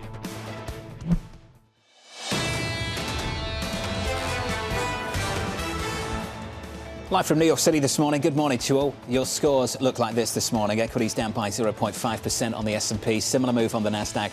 Underperformance on the Russell. We're down by 1 full percentage point. Adding to the losses from yesterday, even with a softer than expected read on core inflation. Plus, in the afternoon, a much better than expected debt auction relative to some of the doom and gloom out there too. In the bond market, the rally in fixed income continues. Yields are down by 5 basis points on 10s. Now we're down to 437.30. Yesterday, at this time yesterday morning, we were threatening 450. At the long end of the curve, we were having another look at 5%. Now we're down another 5 basis points to 486.64 as we wait for that $22 billion in 30-year bonds a little bit later on this afternoon. On the data front, PPI and jobless claims coming at 8:30 Eastern Time. And a surveillance this morning facing down tariff risk. Well, we're dealing with Japan, we're dealing with South Korea, we're dealing with a lot of them. We're dealing with about 15 countries, but as you know, we have about 150 plus, and you can't do that. So we're going to be sending letters out in about a week and a half, 2 weeks, to countries, telling them what the deal is, like I did with EU. Here's the latest this morning. President Donald Trump planning to send letters to trade partners ahead of his July 9th tariff deadline, setting the terms for higher duties on dozens of countries. Bloomberg's Tyler Kendall joins us now from Washington for more. Tyler, when we think about those dozens of countries, which countries right now are maybe not in the best of spots with regards to conversations with this administration? Yeah, hey, John. Well, we're learning that the administration still has quite a bit frustration when it comes to negotiating with the European Union. We heard from the Commerce Secretary, Howard Lutnick, yesterday suggesting that they're likely going to be in the back of the line when it comes to clinching some of these trade deals going forward, which perhaps means that they could get an extension as the administration weighs pushing back that July 9th deadline. I was on Capitol Hill yesterday when the Treasury Secretary Scott Bessent said that it is highly likely that those trade partners that have been given priority in these talks would see a pushed back deadline in a bid to try to advance what he called good faith negotiations. It does appear that the White House is a little bit happier with the European Union, with President Trump saying yesterday that he understands that they do want to make a deal. We should also point out that when we are talking about these trade frameworks and agreements that we are looking for, even the one that we have already gotten, the United Kingdom, there are still big questions about how that ultimately is going to be implemented. We know that Keir Starmer is aiming to try to get some of those details wrapped up by as soon as next week. But John, there's still big questions here, including when it comes to the sector-specific tariffs that are part of that deal, not supposed to have originally been part of the so-called reciprocal tariff plan. But the UK is lobbying for steel tariffs to go down to zero, considered to be one of the biggest components of that agreement. Speaking on Capitol Hill yesterday, the Treasury Secretary talked about China, and he said we're in the midst of constructing the deal and it'll be a much longer process. How long can this take between Washington and Beijing? Well, Annmarie, as you well know, a broader deal with Beijing could take months, if not over a year. We know that last time when the so-called Phase 1 trade deal was reached, it ultimately took them 18 months to finalize those negotiations. And that's because this round of talks in in London, was really to get back to that agreement in Geneva, to try to get over those differences when it comes to those export controls, but not talk about all those other critical parts that need to go into a longer-term trade deal. We previously heard the Treasury Secretary say that Phase 1 deal could be used as a template, as he said, when it comes to purchase agreements around agriculture. But you also have to keep in mind this is going to be very broad-ranging. We know the administration has fentanyl concerns. For example, 20% of the tariff currently in place is linked to concerns over that. It's going to take a lot more time to iron out these details. Of course, the other policy uncertainty is what's going on with the One Big Beautiful Bill. I believe on Capitol Hill yesterday, the Treasury Secretary was trying to mint it to call it the OBBB. Tyler, what did he have to say about it? Did he give any indication that he thinks that this can hit the timeline of July 4th? Well, he's certainly ramping up the pressure on lawmakers, and perhaps yesterday he was met with a more welcome audience when it was in front of the House Ways and Means Committee chaired by Jason Smith, the lead tax writer in the House. Today he's going to be in front of Senate Finance Democrats and Republicans, but this is the committee that's really leading the way right now to get the Senate bill over to the House version. And we know that there are some key disagreements between the White House and the Senate as they try to get this over the finish line. That includes changes to no taxes on tips or overtime pay. We know that Senate Republicans would like to see some eligibility requirements put into place then. They've also raised some questions about other provisions, including Section 899, the so-called revenge tax, which the White House wouldn't agree with that characterization. But we heard Scott Bessent yesterday on the Hill sort of lend his support to it. So there's no doubt that there's still some key disagreements that need to be worked out between the White House and the Senate before we even get to talking about the differences that need to be worked out between the Senate and the House. Tyler Kendall, Bloomberg's very own. Tyler, thank you. Down in Washington, D.C. More from Tyler later. Let's fold that conversation into the foreign exchange market. Back in November, we had a conversation around this table about what loose fiscal policy and higher tariffs would mean for financial markets. And if you push that through FX, a lot of people just sat there and said it's going to mean a stronger dollar, a much stronger dollar. What do you have this morning? Check out euro dollar. Euro dollar through 116, a level we haven't seen since November 2021. It's a 4-day run. The longest winning streak so far for the euro on a daily basis going back to the middle of February. And the euro keeps grinding higher. This euro strength, dollar weakness. Sarah Hunt of Alpine Saxon Woods is back with us. Sarah, that's been one of the biggest surprises of the year so far. The policy, largely as expected directionally. I think April 2nd surprised a lot of people with the magnitude of some of the tariff moves, but directionally, this was the direction of travel people thought. And here we are with a weaker dollar, not a stronger one. What's changed?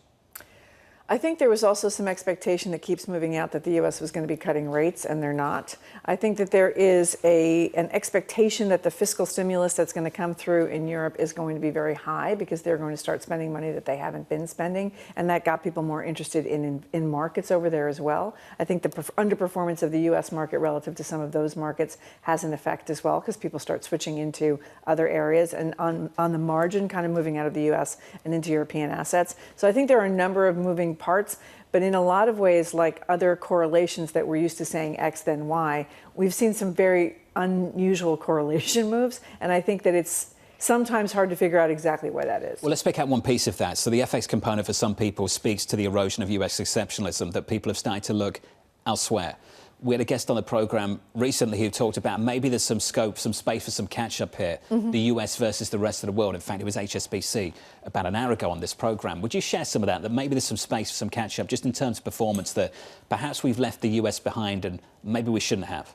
Well, it's interesting because to the extent that some of the U.S. large cap companies are going to end up with some of the burden of those tariffs, it might be interesting to see that small cap story that we've been talking about for years, that maybe you start to see a catch up in the small cap story because you've got a more domestically focused situation and therefore they may not be as impacted as badly by tariffs as not. I think that the U.S. markets had such outperformance for the last couple of years that it's not a huge surprise to see a relative catch-up move outside the U.S. So then it's sort of like, what's catching up to what, right? So I think that there is some element of that and some element of a lack of the same sclerosis or expectation that it won't be as bad in Europe as it has been for the last couple of years. Most analysts are predicting that actually the dollar, though, has further weakness to go. What would be the catalyst for reversal? I think more certainty around a lot of things would, at least, even if it doesn't reverse that direct trend in the moment, I think the lack of certainty is giving people reasons to say, I don't necessarily want to hold assets in X. So more certainty whether or not it is a good kind or a bad kind, i.e. it's higher than we thought it was and more detrimental potentially for growth.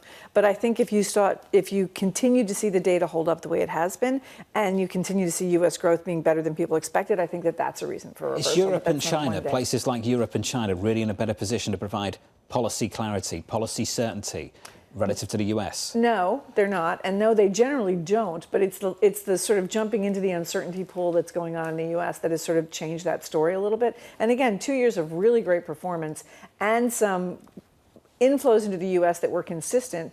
So seeing some outflows is, again, not a huge surprise. It's a question of where they stabilize and whether or not people are thinking, okay, that was enough of that. That was enough of that to some extent. Isn't there a strong argument to make right now that in 3 months you'll have that clarity here in the United States? Should have wrapped up direction of travel for trade. Ultimately, we'll know the destiny of the US, the fate of the US tax bill working through Congress right now. That should all be done in a few months, shouldn't it? It should be. But markets, as much as they like to anticipate what they think is going to happen right now, the pathways at the levels that we are now on the equity indices are not as easy to say. I can easily say it's fine to own this outright, or I can easily say I'm going to jump into the pool here. That snapback from the drop that we saw in March and into April was so quick that it caught a lot of people off sides. And I think that that's where there's some question about directional here right now. The last 2 months is a bit of a blur, isn't it? It is. Where's that time gone? Yeah, I know. 7-8 months since the election. It's pretty incredible. We're over 100 days into this administration. It feels like we've done a few 180s after a few 180s. But when you say, Jonathan, is Europe any better place to go? I think about how it's herding cats in Brussels. 27 countries need to agree on all this. This is why this trade deal with Brussels is going to be so challenging. And yet that grind higher continues in a single currency. Euro dollar sitting at 116 so far this morning. Sarah, it's good to see you. Thanks for dropping by. Sarah Hunt there of Alpine, Saxon Woods. Up next on the programme, Adam Posen of the Peterson Institute on President Trump's latest tariff threat. We'll spend some time on that. We'll also spend some time on the future of the Federal Reserve and who's going to be the next leader after Chairman Powell, as we count you down to a Fed decision in less than a week from now. From New York City this morning, good morning to you all. You're watching Bloomberg TV.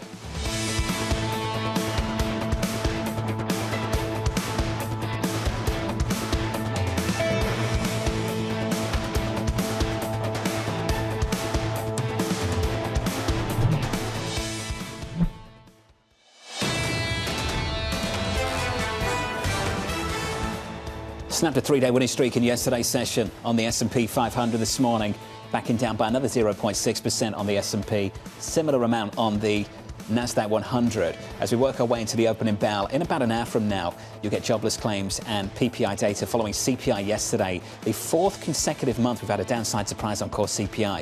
If you check out the bond market this morning, the rally continues, yields are lower. 10-year yields are down, 30-year yields are down. We're down by 4 or 5 basis points across the long end of the curve, 437.30. 10-year debt auction yesterday went okay. BMO's Ian Lincoln said all buyers, no strike. We'll see if we get that strike later on this afternoon when we get that 30-year debt auction at 1 p.m. Eastern Time. Before we get there, 2 hours away from the cash open, let's get you some morning movers with Yahara Arnold. Hey, Yahara. Hi, John. We start with Oracle bucking the risk-off trend. We are seeing shares rise 8.6% in the pre-market, fueled by a bullish forecast. It is saying that it expects cloud infrastructure sales to surge 70% this year. This comes as it becomes a major player in the business of renting out computing power and storage to the likes of xAI, OpenAI, and Meta. And it says momentum will carry on to next year, with the CEO saying growth will be even stronger then. And from one AI darling to another. Next up, we have CoreWeave. Shares are up 1.6% after Reuters reported that the company will play a central role in a new partnership between Google and OpenAI. The AI-focused cloud provider will supply computing power to Google Cloud, which will then serve OpenAI's growing demand for compute power due to its services like ChatGPT. And moving in the other direction, we have GameStop plunging here, down nearly 16%. It has been in the news lately. It did report weaker than expected results earlier this week, but we have other news that's also hitting the stock. Just yesterday, it announced a $1.75 billion offering of equity-linked bonds, and that, of course, is worrying investors because those bonds can convert into stock, which could mean dilution down the line. John? Yahara, thank you. That stock is down hard in the pre-market by 15 to 16%. On our radar this morning, unilateral tariffs could be back on the table. President Donald Trump saying he intends to send letters to dozens of countries ahead of a July 9th deadline to reimpose duties. So he's basically saying this is the deal. You could take it or leave it. But I question the deal from what? Their own April 2nd tariff levy, which was Liberation Day, which then obviously they said, OK, these are too high. We're going to go into negotiating mode. Or did countries send in their best and final offer, and there are potentially mini negotiations going on with tariff rates? We have to wait and see. At the same time, the Treasury Secretary yesterday was on Capitol Hill. Clearly, he was asked a lot about trade and tariffs. And he said that these 18 countries that make up 90% of trade with the United States, they will likely get an extension if they are negotiating good faith. So there's 3 different ball games going on. There's China, which is going to be a long game. Then there's the first inning of the EU, Japan, South Korea, and all these other countries. And then there's these other countries that are basically like, we're going to set a rate, and then that's going to be the new trading ground. I actually think the other countries could be more interesting. I think there's a natural inclination. I understand why, to focus on the big economies, to think about Europe, to think about China.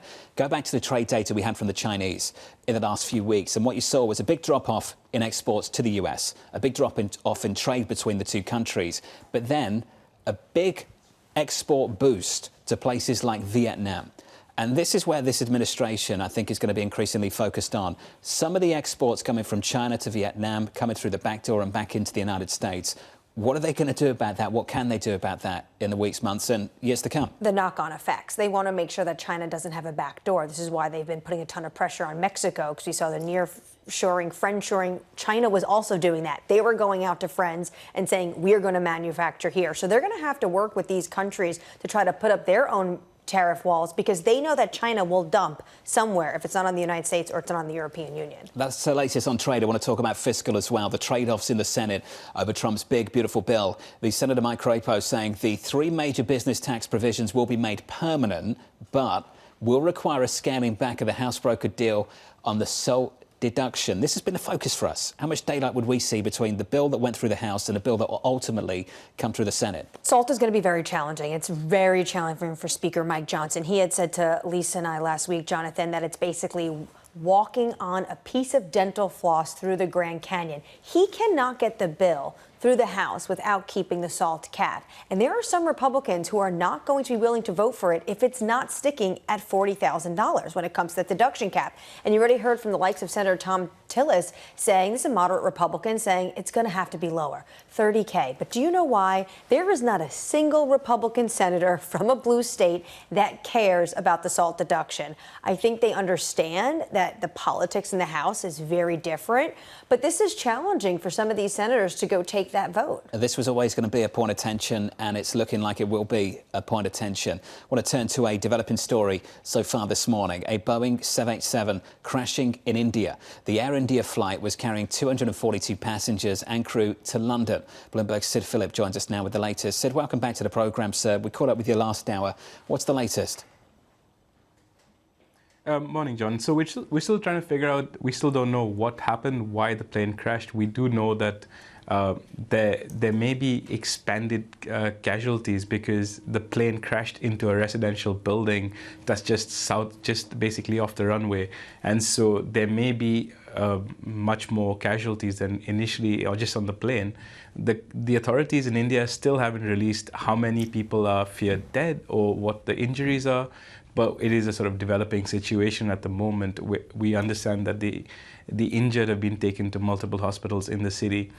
Ahmedabad airport, which is where the aircraft was taking off from, has reopened to passenger traffic and aircraft have now resumed flying in there. So we're waiting to see what the impact of that's going to be. But yes, this is a massive, massive accident, and it is Air India's deadliest since 1985 when an aircraft exploded over the Atlantic Ocean.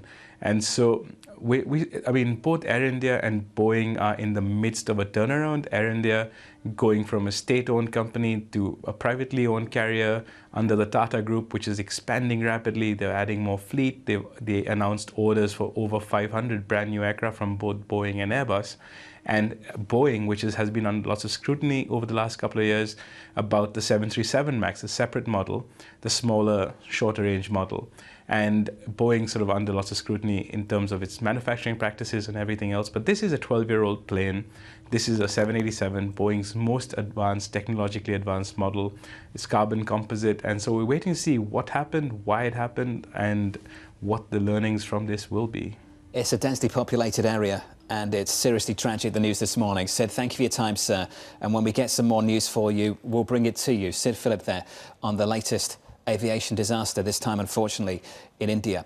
Let's turn back to trade. China affirming a US trade deal announced earlier this week. Officials adding the country always, quote, keeps its word. Joining us now is Adam Posen of the Peterson Institute. Adam, welcome back to the programme, sir. Let's talk about what ultimately you've been engaged with over the past week or so. I think yesterday after the inflation print, there might have been some excitement that maybe we could escape the higher prices off the back of the policy we've seen implemented over the last month or so. Adam, do you think maybe we're getting a little bit too excited too soon?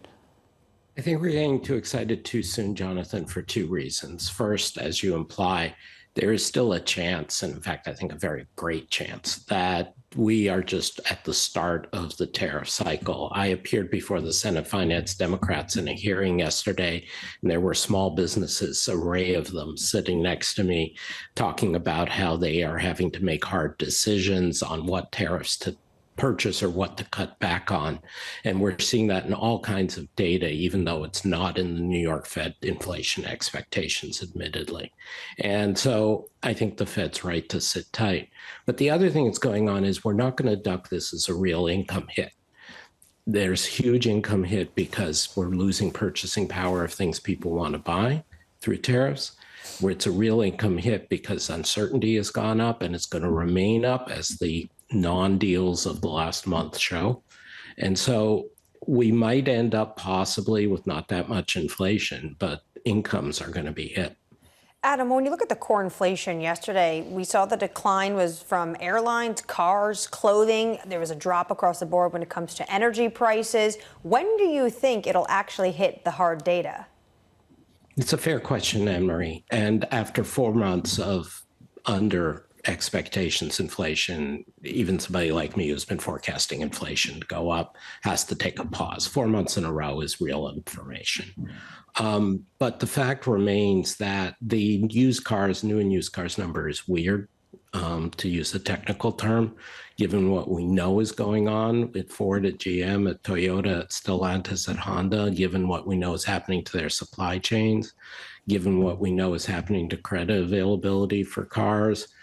It's odd. Doesn't mean it's not literally true, but I wouldn't put too much weight on it.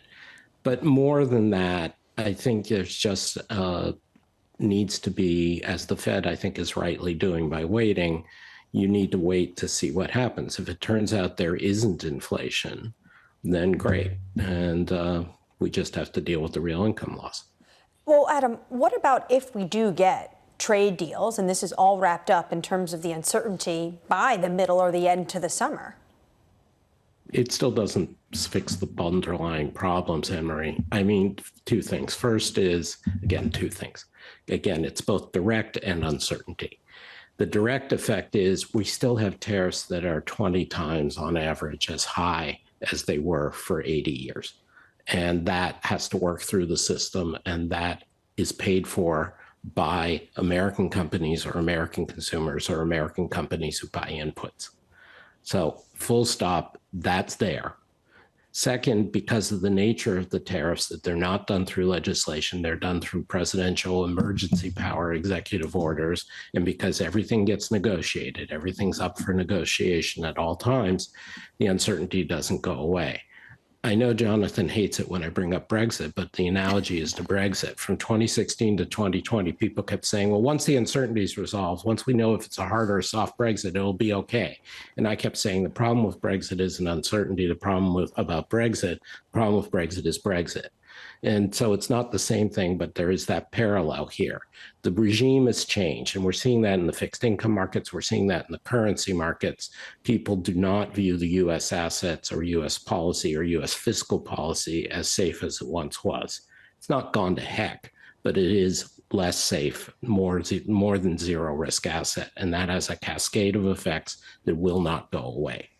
Adam, if you asked me seriously what Brexit is, what it was, I couldn't tell you. I stopped following the conversation a long time ago. I just feel lucky to live in America and no longer in the UK to track that story anymore. Did you give up too, Annmarie? I gave up years ago. I sort of did. I did give up, especially because I moved to the UK at a 172 handle. Soft Brexit, hard Brexit. And then I left after Brexit. Enough of that, Adam. Enough of that. I wanted to get your view on the next Fed chair and the kind of characteristics that you would like to see from the incoming Fed chair after, of course, Chairman Powell steps aside next year. Right. I think, Jonathan, as Ben Bernanke, Thomas Laubach, Rick Mishkin, and I argued for after Greenspan, it should matter less who the chair is. It should be a system. It should be less about the personality. Obviously, it does matter. Jay Powell has had unique attributes that have mostly been extremely great leadership. I think the next chair is going to end up having a very simple job, because they're either going to get lucky because AI kicks in, and so like Greenspan in the mid-90s, you get higher growth and lower inflation, and they can sit back and thereby please President Trump, or inflation will be obvious and the committee will leave them no choice and they'll have to hike. So there's going to be a lot of hype around who's the next chair. And if there is a crisis, it matters whether it's Ben Bernanke or not. I don't mean to dismiss that. Sure. But I think people are overdoing it. The Fed will do what the Fed does. Adam, let's talk about what the Fed will do and what they'll do next. You said for quite a while there's a real risk that the next move might be an interest rate hike. And you also acknowledged this morning that 4 months of softer than expected inflation is not noise, it's information. So, Adam, with that in mind, what's the view now on what you would expect to come from the Fed? You're right to call me on that. I had been expecting higher inflation this year, and I was expecting that the Fed would be hiking before the end of the year. A few months ago, even before this run of data, I changed my forecast. It was still out of market, out of consensus, and remains a bit so, that the Fed is not going to be cutting until November or December at the earliest. And if they do, it's only going to be 2 cuts before the end of the year. There are a bunch of reasons for them to sit still. Some of them were articulated by Fed Atlanta President Raphael Bostic the other day. The general sense of the committee, I think, is broadly right, that we're not falling off a cliff in terms of unemployment or growth. So anyway, forecast, they're going to sit tight. And they're going to sit tight at least through September, probably till fourth quarter. And I think if they do make cuts in the fourth quarter, they're still likely to have to take them back by the middle of 2026. Interesting. Adam, we get new information. The outlook changes. I appreciate the update. Adam Posen at the Peterson Institute. Thank you, sir. Thank you very much. Equity so far this morning, negative by about 0.5%. Not a big morning of drama so far in financial markets. Later on this morning, about 46 minutes from now, we'll get you an update on the economic data, PPI and jobless claims. Let's give you an update on stories elsewhere this morning with your Bloomberg Brief. Here's Yahara. Hi, John. We start with that devastating news out of India. Emergency crews there are working to contain the aftermath of the Air India flight that crashed hours ago. The plane was carrying 242 passengers and crew and was bound for London. The jet reportedly went down in a residential area moments after taking off from the Ahmedabad airport in western India.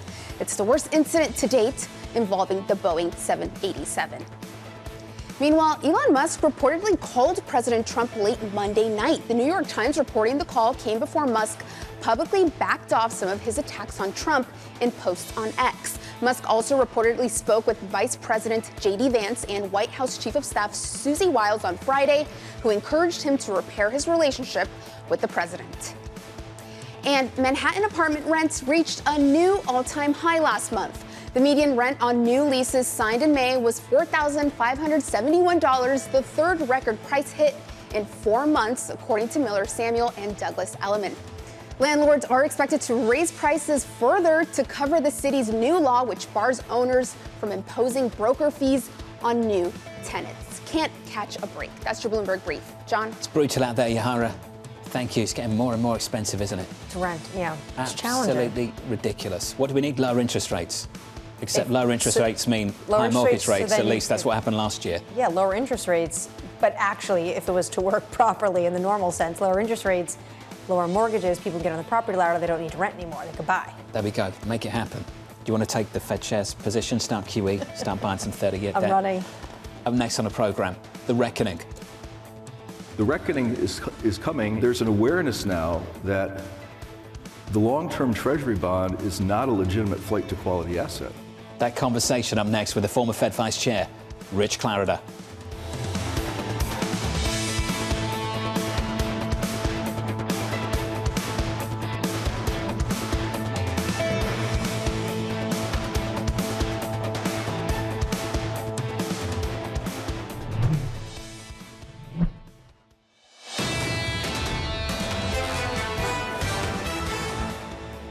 Stocks and bonds doing okay this morning. Equities just a little bit lower. We're down by 0.5% on the S&P. The rally continues, though, in the bond market. You'll see yields lower across the curve.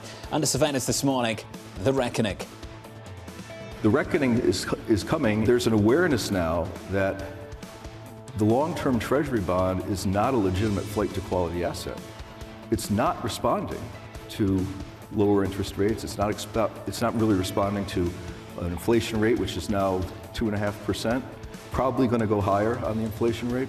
Here's the latest this morning. The long bond in focus, $22 billion in 30-year Treasury notes up for auction today.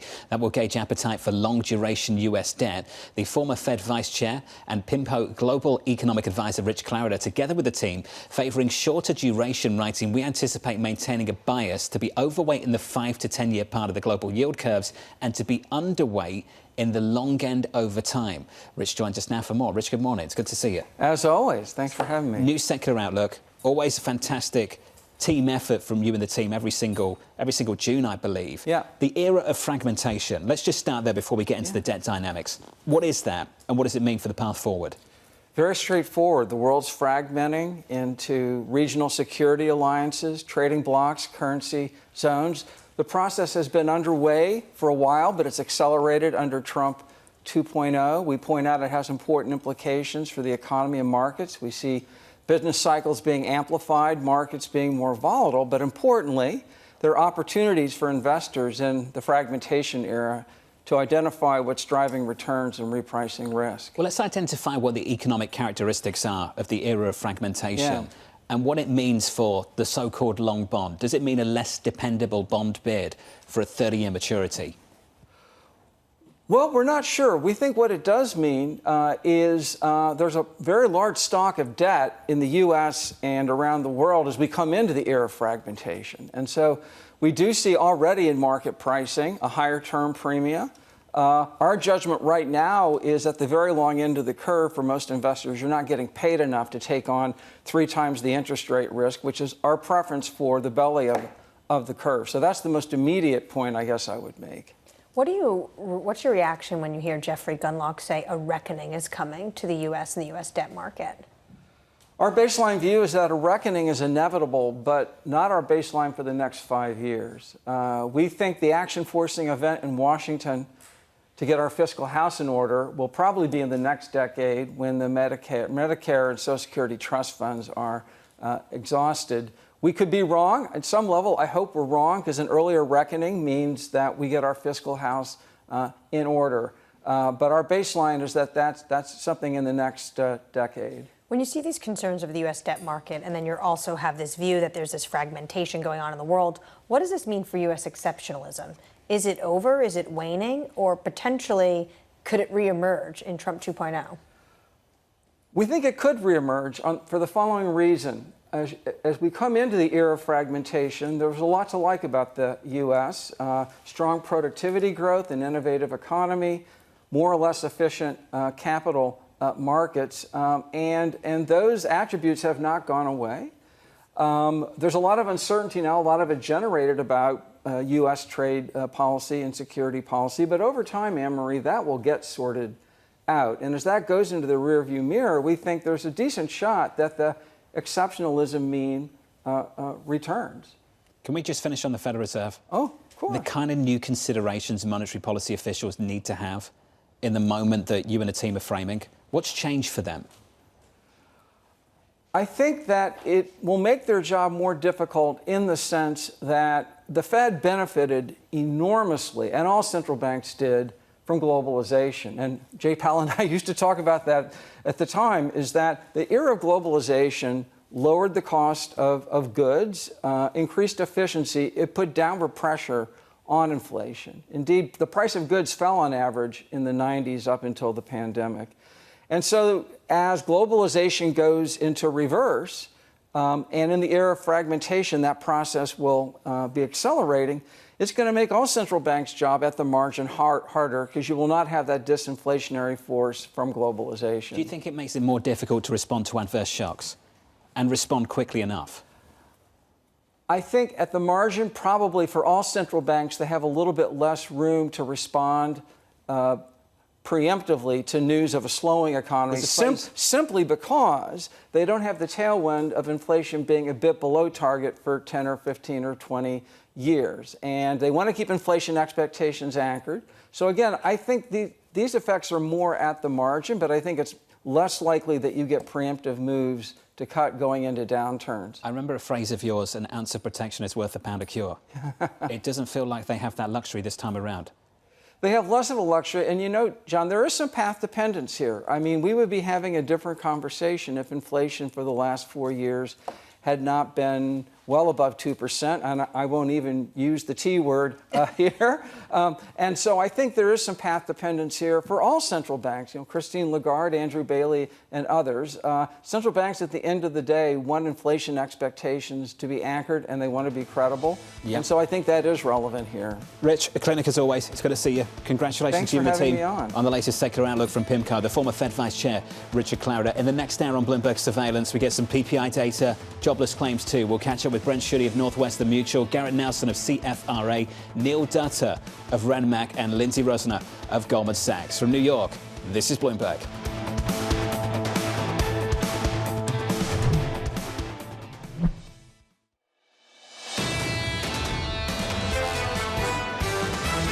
The U.S. economy's got a very asymmetric effect going on right now. If the current level of tariffs stick, we do still expect this inflation pressure to rise. Tariffs can certainly slow growth some. We're not big believers that they're in any way kind of inflationary in a durable sense. We should expect to see some upside pressure on inflation coming from tariffs. The noise versus signal, the noise is very high right now. This is Bloomberg Surveillance with Jonathan Ferro, Lisa Abramowicz, and Annmarie Hordern. We are poised for back-to-back losses on the S&P 500 for the first time so far this month. Equity futures at the moment, your scores look like this. We're down by 0.6% on the S&P. Similar move on the Nasdaq 100. On the Russell, we're down by more than 1 full percentage point. If you turn to the bond market, some better news. Yields down by 5 basis points. The 10-year creeping towards 4.50 in yesterday's session, back down to 4.3730. 30-year bond yields down another 5 basis points to 4.8644. We are rallying into some supply later on this afternoon. The day ahead shaping up as follows. 30-year debt coming to market at 1 p.m. Eastern Time. Before we get there at 8:30, 29 minutes away, some economic data. US PPI and jobless claims. And PPI is going to be important, right? Of course, on the heels of CPI yesterday, which showed that inflation is coming down less than forecast, fourth month in a row. At the time when everyone was talking about tariffs are going to be inflationary, what view do you take? Has it not hit the data just yet? Has it not actually creeped into the market? Well, potentially, also because we don't even know what the tariff rates are going to be. The president made that clear yesterday. In the next 2 weeks, he's going to be, for some countries, setting out letters. That's the deal. Take it or leave it. Inflation data, noise or signal? It can be both. It can be both. You can sit here and say it's noisy because of the tariff story and the inventories we need to work through, and that maybe you're going to see higher prices later this summer. I think you also have to acknowledge the signal. 4 consecutive months of softer than expected inflation data in America. Adam Posen of the Peterson Institute with us 30 minutes ago, accepting there's some information in that. Starting points matter.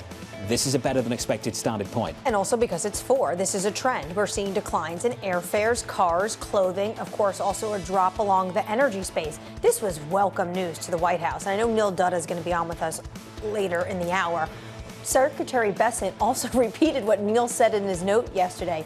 For all those that are concerned with uncertainty, he's calling it not Trump derangement syndrome, but tariff derangement syndrome. And he thinks maybe this Fed chair and this Federal Reserve has so-called TDS. Later on this afternoon, we need to talk about this bond market. Yields are lower today by 5 basis points on 10s.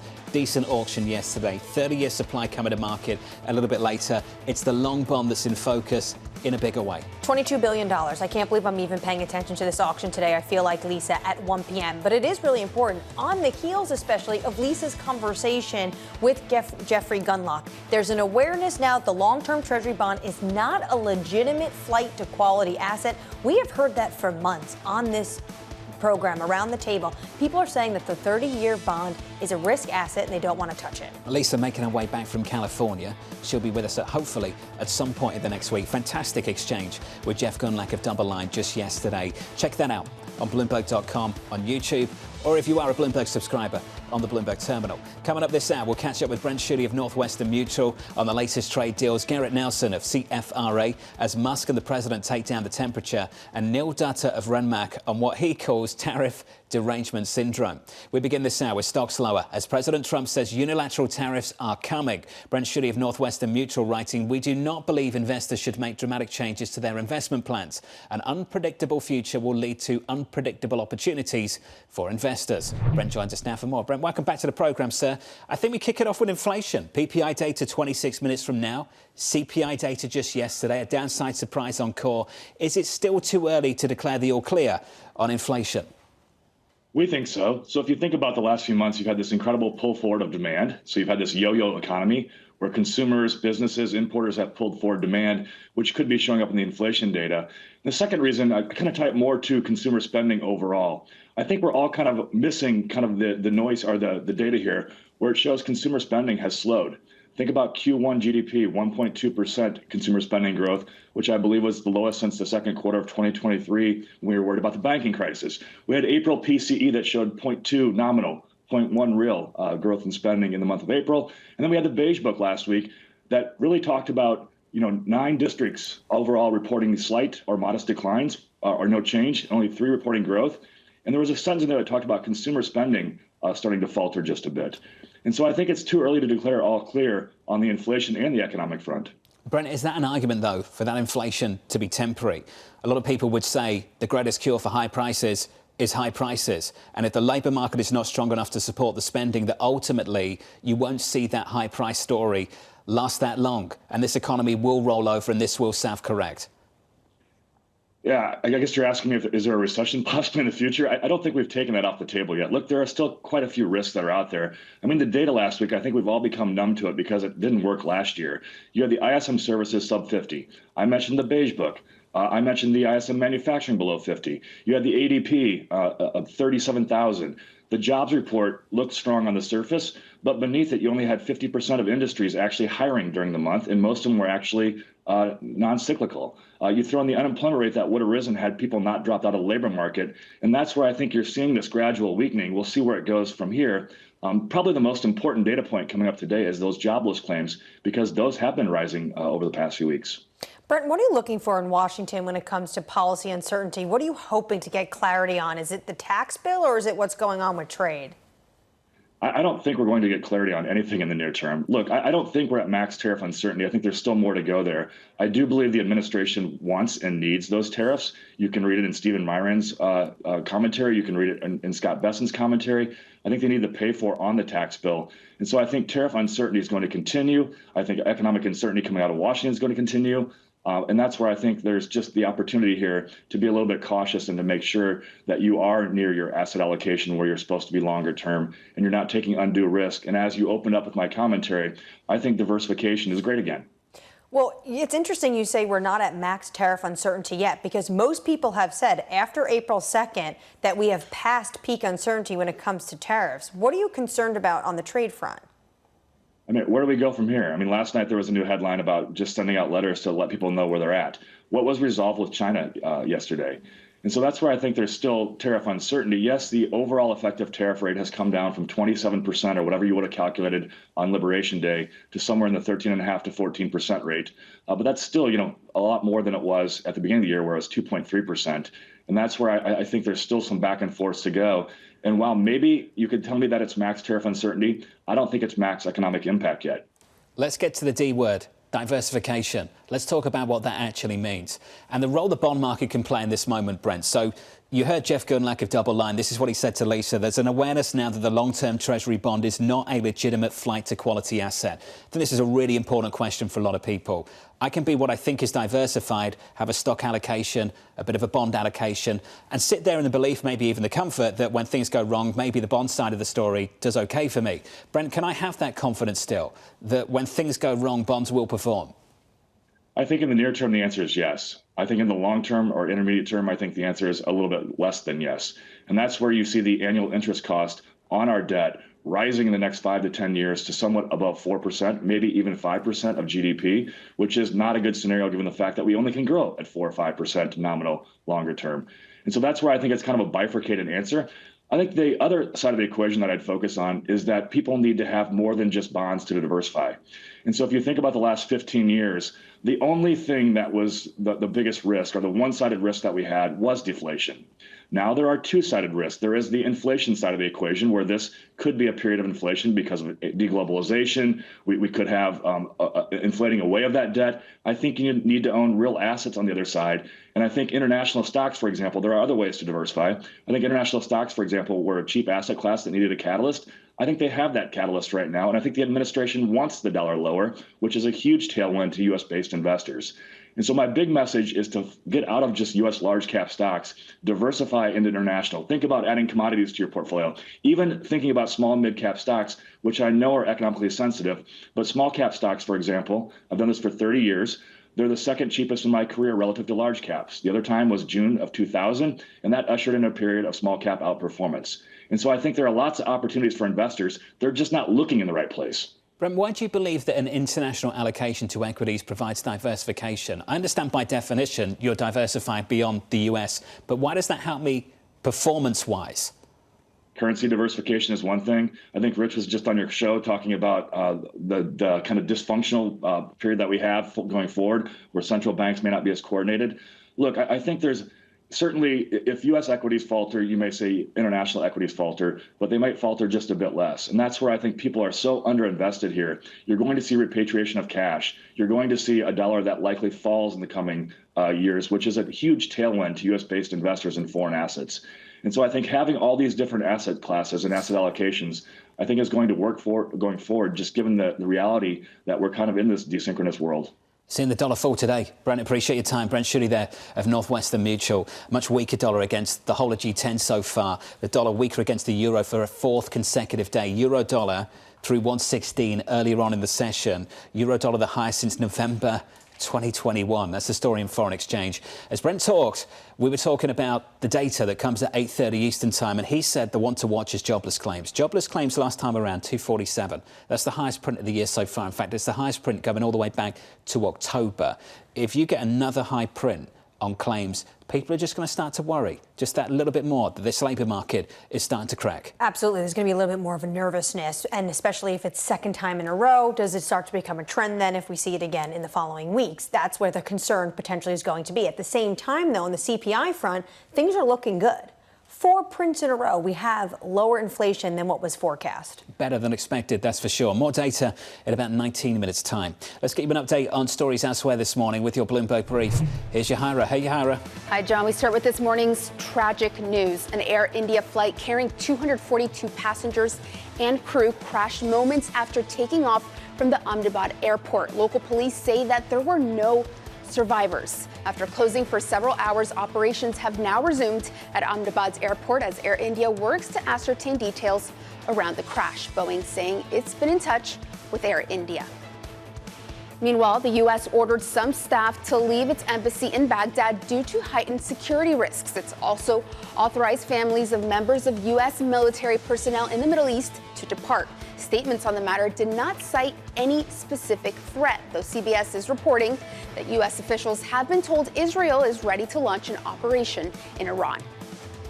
And President Trump plans to send letters to trading partners within the next 2 weeks to set unilateral tariff rates. The move comes ahead of a July 9th deadline to reimpose higher duties on dozens of countries once the current 90-day pause expires. That's your Bloomberg Brief. John? Yahira, thank you. More from Yahira later on this hour. Let's set up the rest of the hour. Up next on the programme, the morning calls, plus Garrett Nelson of CFRA on what's next for Tesla after Musk and Trump back down from their feud. Then later, we get some economic data, PPI and jobless claims just moments away. Live from New York, this is Bloomberg.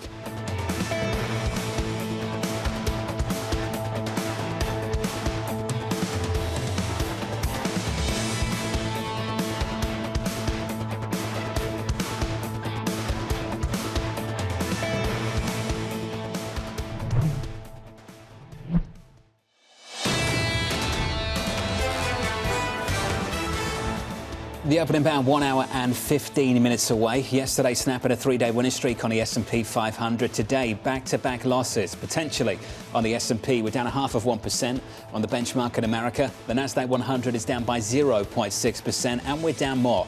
Underperformance on the Russell 2000, small caps negative by 1 percentage point. If we switch at the board and get to the bond market, these are the scores going into the economic data at 8:30 Eastern Time. This bond market is rallying quite nicely. We're down 5 basis points this morning.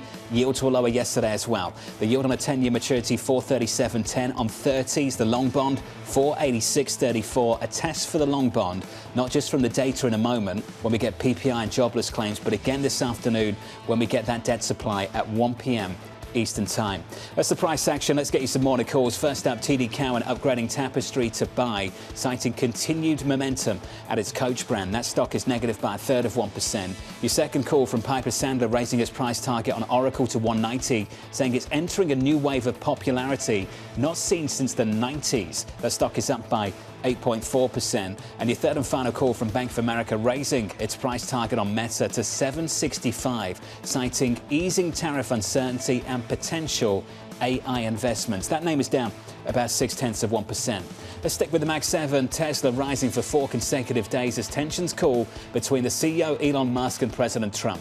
And investors await the robotaxi launch on June 22nd. Garrett Nelson of CFRA has a hold rating and a 320 price target on Tesla shares. Garrett joins us now for more. Garrett, welcome to the program. Let's get into the call and first focus on this relationship between the president and the leader, Elon Musk, the CEO. It feels like we're putting that to bed. What does it mean for the stock? Yes, thanks for having me. It seems like it. Obviously, there was significant fallout given what we saw that transpired over social media over the last week or two. But it seems that things are being fences are being mended here, and I think that's a good thing for the stock. The big concern with this fallout and with the big declines in the stock price that we saw a week or two ago was because there was a view that Tesla had accumulated a certain amount of goodwill with the administration, with the federal government, and that is extremely important right now because the government, the U.S. Department of Transportation, is in the process of approving a framework for autonomous vehicles, and so there's a lot of discussion, a lot of decisions that need to be made on that front, and that really is the future of Tesla. And so, that falling out was not going to be helpful to Tesla. Or to shareholders, and I think that's why you had such a negative reaction. a week or two ago when this happened. So let's build on that, Garrett. So you've got the mood music around the name. That improves as they make up. And then you've got these operational issues further down the road that we still need to focus on. The robotaxi business, that has been the future of this name. When I speak to the Tesla bulls, Garrett, they tell me repeatedly it's not about auto sales. Ignore that. There's a much bigger story coming further down the road. How much bigger is that story going to be? And how much of a helping hand do they need from the government? It's a huge opportunity longer term. We estimate the market opportunity globally is north of $5 trillion. So that said, we think it's very difficult to ignore very challenging near-term fundamentals. We saw in late April their Q1 EPS was down 40% year over year. They continue to lose market share in all three major markets, China, Europe, and the US. You look at China, the most recent data, their sales were down 15% in May. Overall EV sales were up 38%. As recently as 2023, they were second in EV market share in China. Now they're fifth. Very similar story in similar market share losses in Europe and the US. And so you look at this very poor quarter that they reported in April, and then the dramatic increase in stock price since then. It's really hard to justify from a valuation standpoint and in light of these market share losses. But I think this robotaxi, unsupervised robotaxi service in Austin will be watched very closely. It's been delayed 10 days now. They're aiming for June 22nd now. And I think everything is going to be compared to what Waymo is doing in that market, currently operating driverless robotaxis.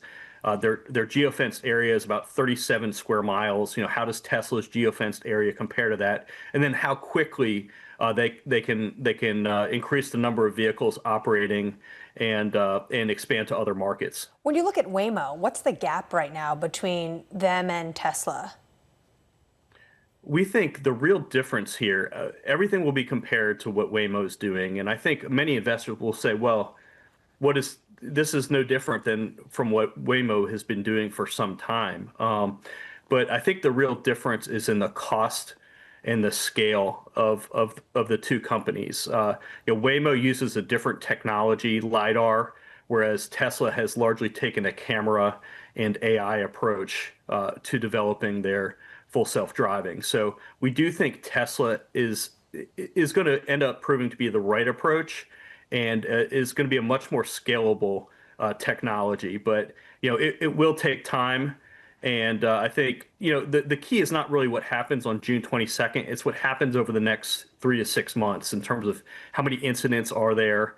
We know the dozen or so unsupervised robotaxis that are operating on day one will be supervised remotely. So, but it's really about how quickly they scale, and investors, everyone will be watching how this goes over the next few months. I love to also build on your point about the weakness in EV sales across the three major regions. I don't know if you saw this morning. It's small potatoes, but a coalition of 10 Tesla owners in France are actually suing Elon Musk because they don't like his politics.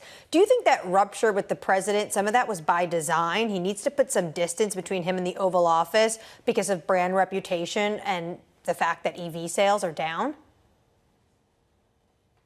No question. There's been a fair amount of brand damage. I don't think a move more towards the middle is a bad thing. A lot of the issues he had with this dust up were related to the national debt and the government's deficits year after year. And I think most Americans have an issue with that. You look, a Gallup poll said that 81% of Americans recently said that they were either very concerned or somewhat concerned about the deficit and the deficits in the national debt. So I don't think the concerns here he's raising are really outside of the mainstream, and I think those are shared by a lot of Americans. It's true. It's well said. Garrett, appreciate your time, sir. Garrett Nelson there of CFRA, the latest there on Tesla, coming off the back of a 4-day winning streak for that particular stock this morning. Just a little bit lower, down in the pre-market by 1.9%. In just a moment, at 8:30, the data you've been waiting for. PPI, another read on inflation and jobless claims. Bloomberg's Mike McKee joins us now for a preview. Good morning, Mike. Good morning, John. Sounds very Star Wars-ish. These are the droids you're looking for. We get jobless claims. They're not expected to change a whole lot, but if they do, that'll get Wall Street's attention. It is a difficult time of the year to seasonally adjust these as especially education workers go on and off of payrolls. But there hasn't been any indication we're getting mass layoffs yet. If we did, the Fed would be worried, but right now it looks like claims are expected at least to stay about in the range that they are. And then, of course, we have PPI coming up. Yesterday's CPI benign overall, but there were some categories where we did see tariff-induced inflation. Should we see more of them in the PPI? Probably, particularly in the intermediate goods categories, the parts that go into other things that are made that are imported into the United States. So there's a possibility for two different reports to have an impact on Wall Street today. So, Mike, let's focus on the inflationary read that we got just yesterday. CPI, downside surprise on core for 4 consecutive months. Bit of excitement. Some people saying it's signal, others saying it's noise. And the people who say it's noise say we're working through some inventories and in the next few months you'll start to see the tariff pass through. Mike, which is the more convincing argument? Not just for you personally, but for the Federal Reserve who convenes next week. Well, I think you have to go with the latter one, that we will see more coming up because we don't even know what the final tariff regime is going to look like. It's not till July 9th that the president's delay of tariffs, the reciprocal tariffs, comes back into play.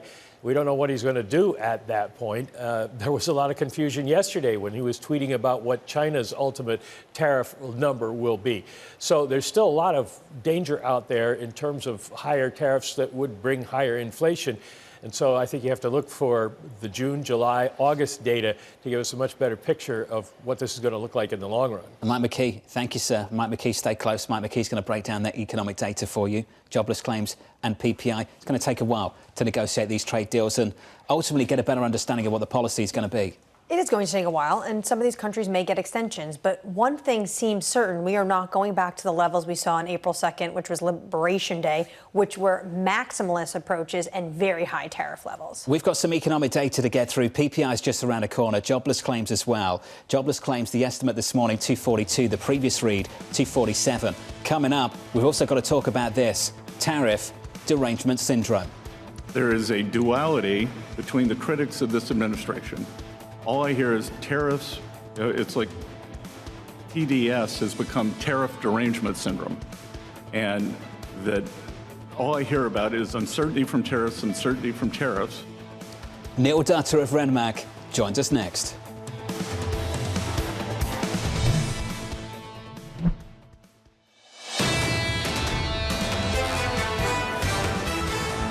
The opening bout 60 minutes away. The economic data seconds away, about 22 seconds away. And going into it, your scores look like this. Equity futures on the S&P negative by 0.5. On the Nasdaq 100 down by 0.6. Potentially some back-to-back losses for the equity market in America.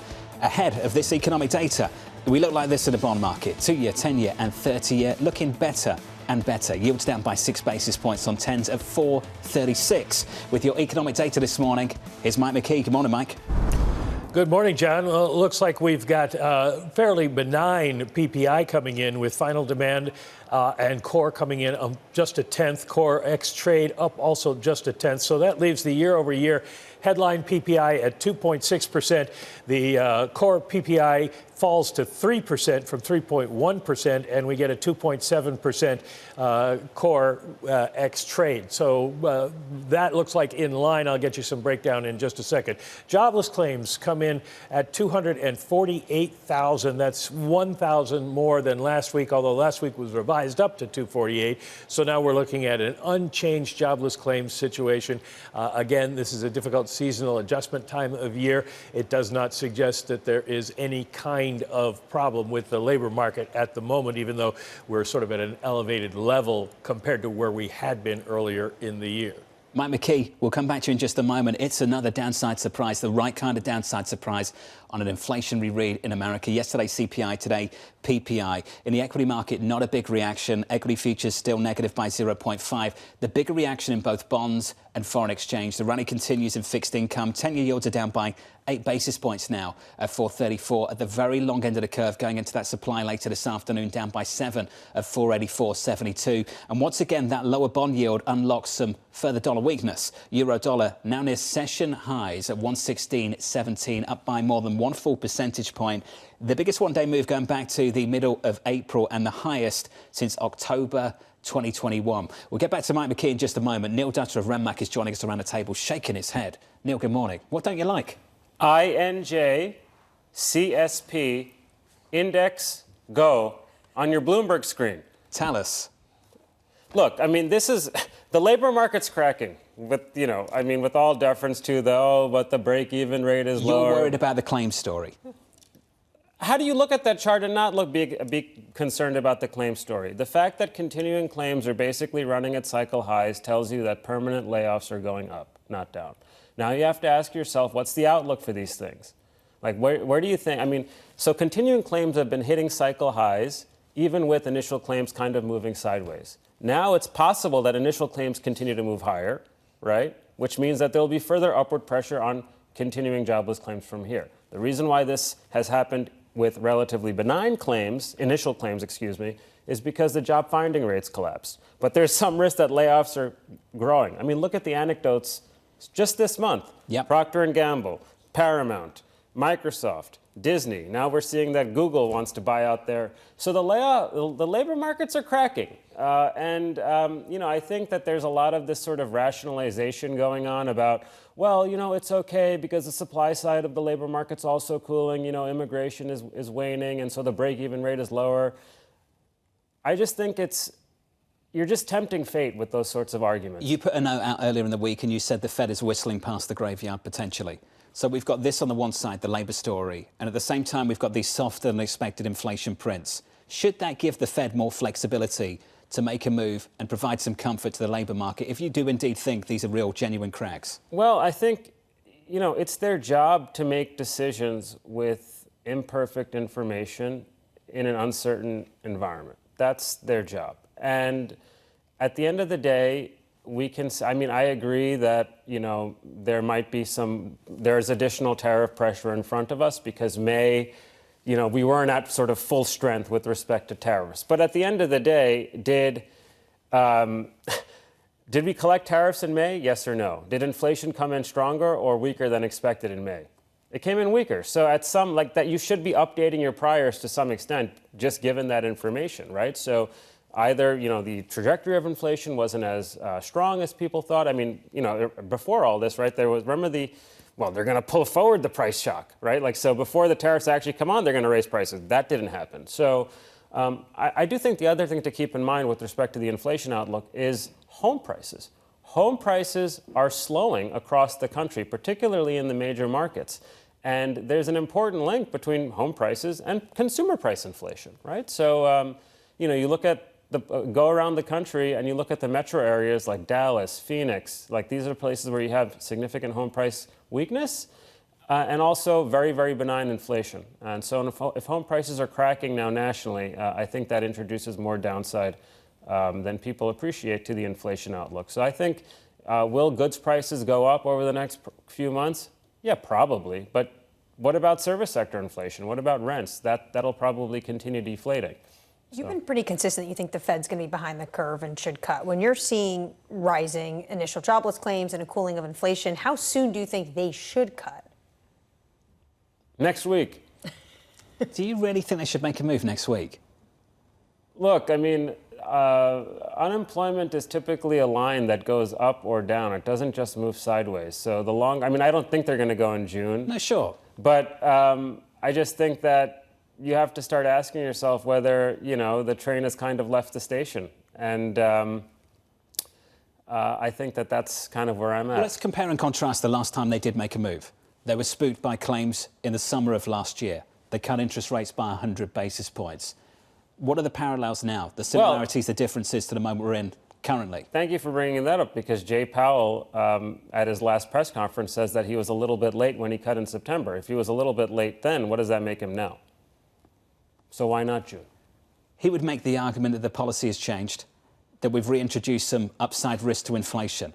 This is when you would say the TDS that Secretary Bessent used earlier this week, just yesterday, was something you coined, tariff derangement syndrome.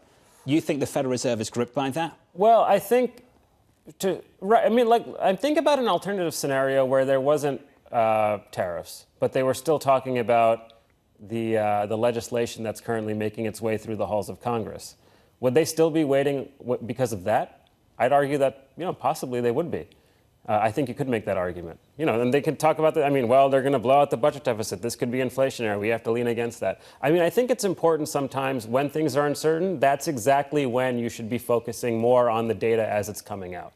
And so the uncertainty in my mind has kind of, to me, what it feels like is the uncertainty around how much inflation is going to pass through from tariffs has created this sort of freeze in terms of what the Fed may do. But in my view, what they should be doing is focusing more on the data as it's coming in, which should be how they make their next move. Well, you also mentioned the uncertainty of the one big beautiful bill, and that's something the Secretary was pointing to yesterday. If we didn't have this uncertainty on tariffs, it'd be uncertainty whether or not tax hikes were going to happen if they don't have this extension of policy. How difficult, though, is it for the Fed right now? Those are two massive uncertainties that are a cloud over Washington. Yeah, I think, look, yes, there's uncertainty. There's a changing of the guard. There would be uncertainty if the shoe was on the other foot. If let's say there was a scenario where Kamala Harris won, right, and you were basically threatening, corporate. What happens when you raise corporate taxes? Does some of that not get passed on to prices, right? So I don't know. That's why I say there's uncertainty. I think whenever there is uncertainty, you should be focusing more on the data as it's coming to you, and the data as it's coming to them. That should be sort of the escape valve for them. And it looks like continuing jobless claims are at a cycle high today. There's no reason why anyone should think it just magically starts going down absent some kind of policy move. That's to me the issue. Housing isn't weak. We started a process. Yeah, housing isn't weak because of tariffs. Housing is weak because the Fed's too tight, okay? Come on. I don't think, even the labor markets for example, was the downward revision of 100,000 jobs in March a function of Trump's tariff policy? It just means that they were too optimistic on growth to begin with. That to me is the other. Let's be very clear, just allow me to jump in, Neil. You've been pretty much out front on this all year. When you came into 25, you weren't as bulled up on economic growth. In fact, you thought the slowdown had already started coming into the new year. I just want to point that out because some people might be sitting here and just say, yeah, benefit of the hindsight, you're making things up as we go along. You were talking about this coming into the new year. Yeah, I think so basically, I think relative to consensus, we were more cautious on growth. I think a lot of forecasters use Trump's tariff policies and Obliteration Day as a reason to kind of adjust their estimates. And because, arguably he has, Taco, he's backed off some of this and so forth, everyone's kind of called off the recession risk. But people, I think, have lost sight of that initial disconnect, which was, well, actually, the housing market was frozen when Trump came into office. The labor markets were frozen when Trump came into office. These are things that have been ongoing, and those things are a function of monetary policy being too tight. It's not a good look if the housing market got worse after you cut 100 basis points, and that's kind of where we are. Compare and contrast to late 2022, when the housing market was doing better even as the Fed was hiking aggressively. If you are just joining us, welcome to the programme. Moments ago, a downside surprise on PPI. The first thing Neil Dutta went to, though, the ticker on the Bloomberg for continuing jobless claims. Initial jobless claims also near highs for the year, at highs for the year. Continuing claims, cycle highs. Mike McKee's back with us for a little bit more. Mike, we've talked a lot about the inflation story. What do you make of Neil's argument for the labour market? Well, I think what the Fed would say is that continuing claims represent a more difficulty in finding jobs, And that's what they've been hearing from all of their contacts, that nobody's hiring, but they aren't particularly firing in huge numbers yet. The question is, how fast does that turn around? If companies decide that things are not going to be good and we're going to see demand weakening, they tend to let people go much faster. So it's still, to me, at a kind of a tipping point, waiting for direction on this. The one thing we can say about the price numbers is that underneath the hood, some of the same categories that we expected to rise did rise. The intermediate goods for assembly into other things, machine tools, construction materials, and metals all up a little bit during the month. So there may be something to the tariffs that have already been imposed. But the good news is when you look at the categories that they take out of PPI and put into PCE, almost all of them are down significantly or up just a tiny bit. So it looks like PCE is going to come in for the month of May at a relatively low number as well, which may reassure some people. And I did want to mention, John, your cable TV subscription services. It's a problem. 1.4%. So there is inflation in that area in both PPI and CPI. That should be hiking, Mike. Mike, thank you, sir. Mike McKeown, I don't think they should be hiking. Just be very clear in case anyone cuts that clip. In the bond market right now, yields are down by 6 basis points on 10s to 436. I've talked about that dollar weakness throughout this morning. We take another leg this morning. The dollar down, euro positive, euro dollar through 116. Neil, just want to finish up with you on the Federal Reserve next Wednesday. You've said what they should do. Let's talk about what they will do. They're coming out with a statement, a news conference, new forecast too. What do you expect to see? Well, I expect them to not do anything, frankly. I mean, I don't think they're going to change their dots. I think if, you should leave those in place. I mean, if they actually start removing dots, I mean, I think that would be a massive opportunity for people to kind of go long duration, because it kind of, it's a mirror image of, kind of what they did last year, where they went peak hawkish in June, and then 3 months later they went 50 in September. So I think that, if things are uncertain, then you shouldn't try to really upset the apple cart one way or the other. Do you think they have to acknowledge, though, there is some information in the data we've had recently that things have changed? Well, I think what I'll be looking for is how Powell characterizes the labor market. Because if he continues to say solid but cooling, I think that would, to me, be like a very negative sign for the outlook, because the labor markets are no longer, I mean, at some level, at some point, you can't keep saying that, right? If something's cooling, it can't be solid anymore. That's how temperature works. And so I would just say that if he keeps saying solid but cooling, and how he characterizes the labor market, I mean, I think that's what I'll be keying in on in particular. Neil Dutta of Renmat. Neil, appreciate your time. Thank you, sir. Bond yields lower this morning. The equity market just about hanging in there. Let's get you an update on stories elsewhere with your Bloomberg brief. Here's Yahara. Hey, Yahara. Hi, John. An Air India flight carrying 242 passengers and crew crashed moments after taking off from the Ahmedabad airport. Local police say that there were no survivors.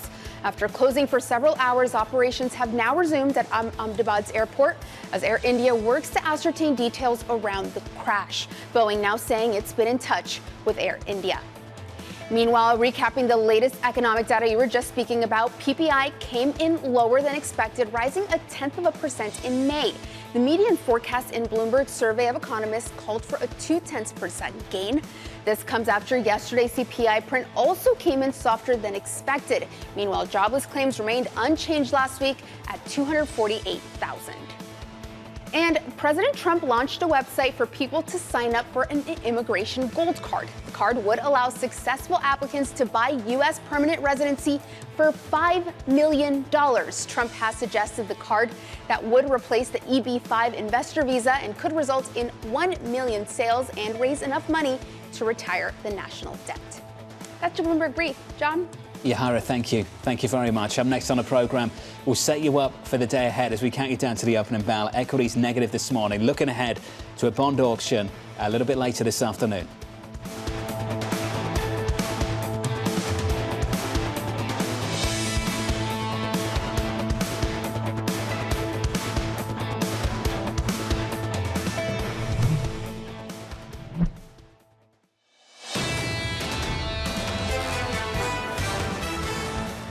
The opening bell, 42 minutes away. Equity futures recovering just a little bit. We're down about 0.25% on the S&P 500. In the bond market, the rally continues. Yields down by 6 basis points, 436. Claims are elevated.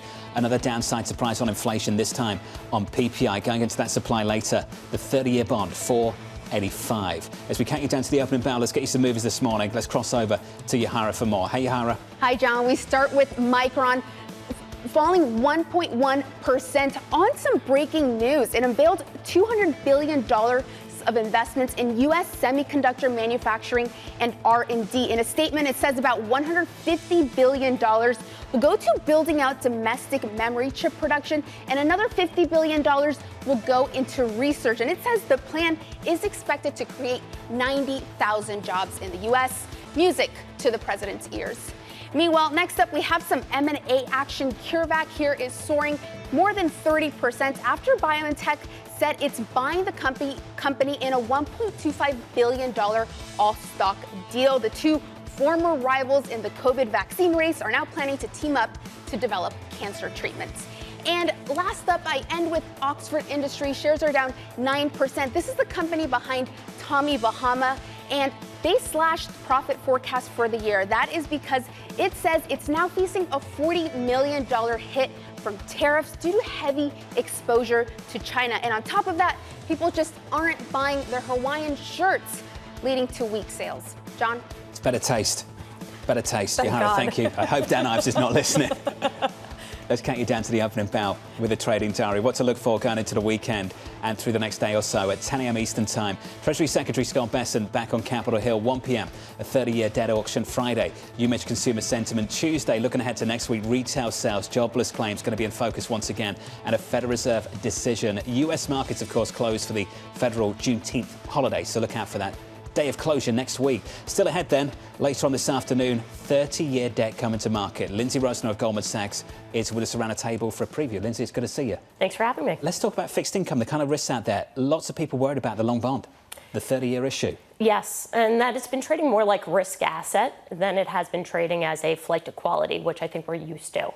The big thing here is just trying to figure out where fiscal is on the going forward. And what we've been telling clients is there's no need to go into the 30-year bond. There are a lot of bonds in the belly and the very short end of the curve. Stay there and you'll be better served. If you're worried about risk in treasuries, does it upend how we perceive risk elsewhere in corporate credit? Absolutely, because treasuries are the base, which is what we then build everything off of. It's the risk premium above it that gets us to where spread risk is valued.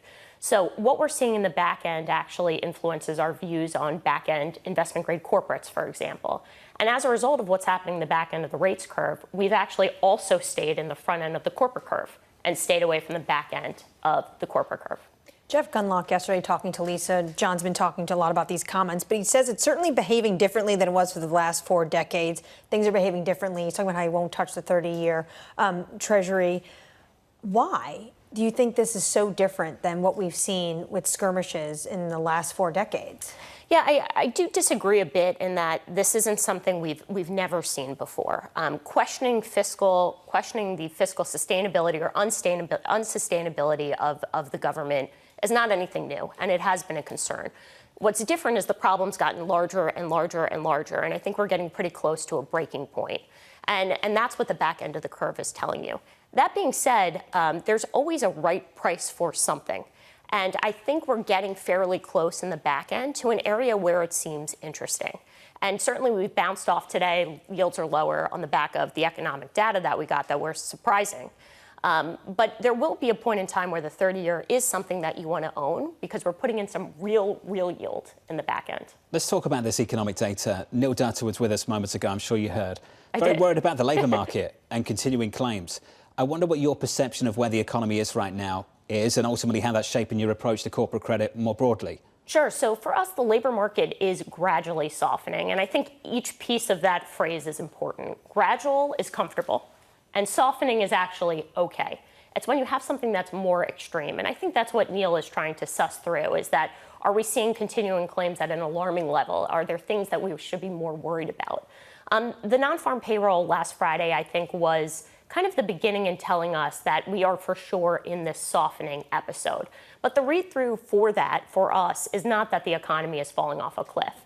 But it puts us in a position where we think it is important that the Fed begins acting. Agree with Neil completely. It's not at the next meeting. I know that he joked. He said that they should cut. But I don't think he really means that. We don't think that they should cut either. But I think it'll be really interesting to see the dots. And we are hoping that they at least preserve 1 or 2 for 2025. I think if it was 0, that is really going to upset the market. Speed matters, and it's not happening quickly. And I think that's important not just for policymakers, but also for corporate balance sheets. So can you describe the kind of corporate balance sheet strength that you see at the moment and how resilient corporate credit would be in a continued downturn?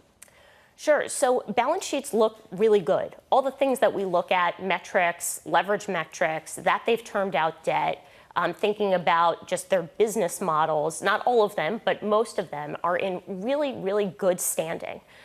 For example, we did have a fallen angel earlier this week with Warner Brothers. That's getting a lot of fanfare. That's the 5th largest fallen angel. But if you take that out of the equation, we've had a really solid investment-grade corporate market that's been extremely resilient. That makes us feel comfortable with the balance sheets. The problem that we're dealing with right now is spreads. So are you being compensated for the potential going forward economic softness?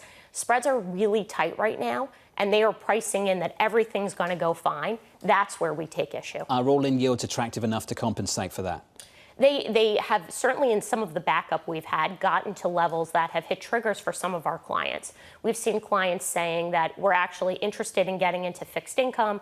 We want to add, we're underweight our fixed income allocation. So yes, the all-in yield is good, but what we really encourage, and I think our clients agree is important, is active management around this exciting yield thing, because not every corporate is going to have a solid balance sheet on the going forward, and tariffs are happening. Maybe they're less than we thought, but they still are happening. So dial 1-800 Goldman Sachs Asset Management is the pitch, I think. Yes, that line should ring. Thank you. Lindsay, yes. Thank you. Appreciate it as always. Lindsay Rosner there of Goldman Sachs Asset Management. The latest on fixed income as we count you down to an important debt issue later on this afternoon. This 30-year debt auction very much in focus. It's very much focused, especially if someone like me actually paying attention to the auctions. Lisa's not here, and we all care about what's going to happen with this more than $20 billion that's going to happen at 1 p.m. But it's because time and time again, people have been coming on this program saying it is a risk asset. And then we heard from Jeff Gunlock to Lisa yesterday saying a reckoning is coming, and it's something he doesn't want to touch. Look, the good news this morning, so far at least, is that we had some data.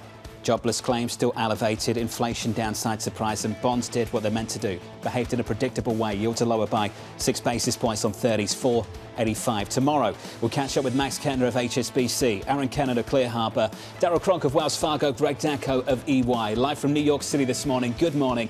Thank you for choosing Bloomberg TV. This was Bloomberg Surveillance.